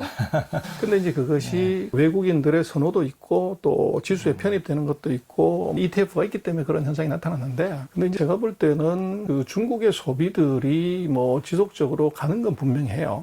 그런 상대적인 이제 모멘텀으로 보자면 제가 볼 때는 내년도는 중국 경기가 회복한다고 하면 사이클 주식이 먼저 갈 수 있다. 그 사이에 2년, 3년 동안 잠잤던, 그래서 이제 대표적인 뭐 자동차라든지 가전이라든지 건자재라든지 중국 경기가 좋아지면 그것부터 이제 먼저 움직이는 거죠. 그래서 제가 볼 때는 내년도에 아마 우선순위는 그것이 무슨 뭐 최첨단 이것보다도 댓글 산업이 중국 정책의 1순위로 올라갈 가능성이 높고 두 번째는 이제 국산화예요. 그러니까 미국과의 전쟁이 가속화되면서 첨단 기술의 국산화에 정부가 엄청난 지원을 할 거라고. 그래서 시장은 아직 형성이 되지 않지만 정부 지원을 받아서 클 수 있는 이 첨단 기술 산업. 이게 이제 두 번째가 될 것 같고 아마 뭐 내수 소비 관련되는 것들도 이게 내년에 좋을 수는 있지만 최근 2년간 보았던 그런 이제 고수익을 내기는 이미 어려울 것 같아요. 시가총액이 어떻게 보면 공사은행보다 더 커졌는데 이게 이제 맥센스 하냐는 문제가 있죠. 그래서 소비주 같은 경우는 제가 볼 때는 뭐 미국도 그렇고 한국도 그렇지만 ETF가 난리라고요. 근데 중국도 지금 ETF가 엄청나게 지금 돈이 들어오고 있고 펀드가 엄청나게 돈이 들어오고 있기 때문에 그 펀드에 뭐 지난 시간에 얘기 드렸지만 테슬라가 올라간 이유도 지금 인덱스에 편입되면서 이제 가는 거죠. 그럼 ETF에 무조건 집어넣어야 되는 인덱스에는. 그렇죠. 그래서 제가 볼 때는 중국의 소비주 같은 경우는 ETF나 신규 펀드에 설정해서 시가총액이 뭐 탑5에 들어가기 때문에 거기에 인덱스를 따라가는 정도 수익률 이런 정도로 봐야지 최근 2년처럼 그렇게 시장을 이렇게 몇 배씩 아웃퍼폼하는 그런 쪽으로 보기는 조금 어렵다. 그래서 조금 이제 보는 관점을 지금까지 봤던 거하고는 이제 달리해야 될 필요성이 있어 보여요. 그럼 소장님 그 지금 2020년에는 뭐 샤오펑이나 리오토라든지 이런 기업들이 막 두세 배 성장을 했는데 올해 2021년에는 펀드나 ETF나 이런 쪽에 좀 더 관심을 가져야 된다는 이런 말씀입니다. 그래서 이제 펀드나 뭐 ETF도 돈이 올 건데 근데 섹터를 잘 골라야 됩니다. 섹터를 잘 골라서 그래서 인덱스를 그냥 추종하는 뭐 이거는 별 재미가 없을 거고요. 그래서 중국 같은 경우도 내년도에 뭐 전망을 다 밝게는 보지만 인덱스 타켓이 중국의 IB들이 보면 지금은 3,300인데 한 3,800 뭐 4,000 그 정도로 이제 보는 거죠. 근데 지금 뭐 다 기대 수익률이 높아가지고 수익률 20% 이건 이제 뭐 기별을 잘 안 하죠. 그렇죠. 눈에 안 들어. 근데 그것은 인덱스가 그렇다는 것이고 섹터나 종목별로는 그것이 2배, 3배를 가는 섹터나 종목은 뭐 무조건 나옵니다. 그래서 그거를 잘 이제 셀렉션 하는 것이 중요하고 그리고 제가 볼 때는 그 14억 전 세계 인구의 5분의 1이 믹스된 밍글되는 그걸 가지고서 얘기하는 건 넌센스고 안에 자세히 들여다보고 이게 그 시장 평균보다도 2배, 3배 성장하는 섹터를 이게 뭔지 이걸 보고 그 섹터에서 시장의 2배, 3배를 성장하는 섹터에서 잘 나가는 기업은 예를 들어 시장이 6% 성장하면은 잘 나가는 산업은 거의 2배, 3배는 성장한단 말이에요. 그런 12%, 18%를 성장하는 섹터 이걸 고르는 것이 중요하고 또 그 섹터에서 잘 나가는 기업은 1, 2, 3등 하는 기업은 그 인더스트리 평균의 2배, 3배를 가는 거죠. 그러면 36% 예를 들면 50%를 넘어가는 성장하는 기업이 있단 말이에요. 근데 이익이 매년 50% 성장하면 그 주가는 그 날아갈 수밖에 없죠.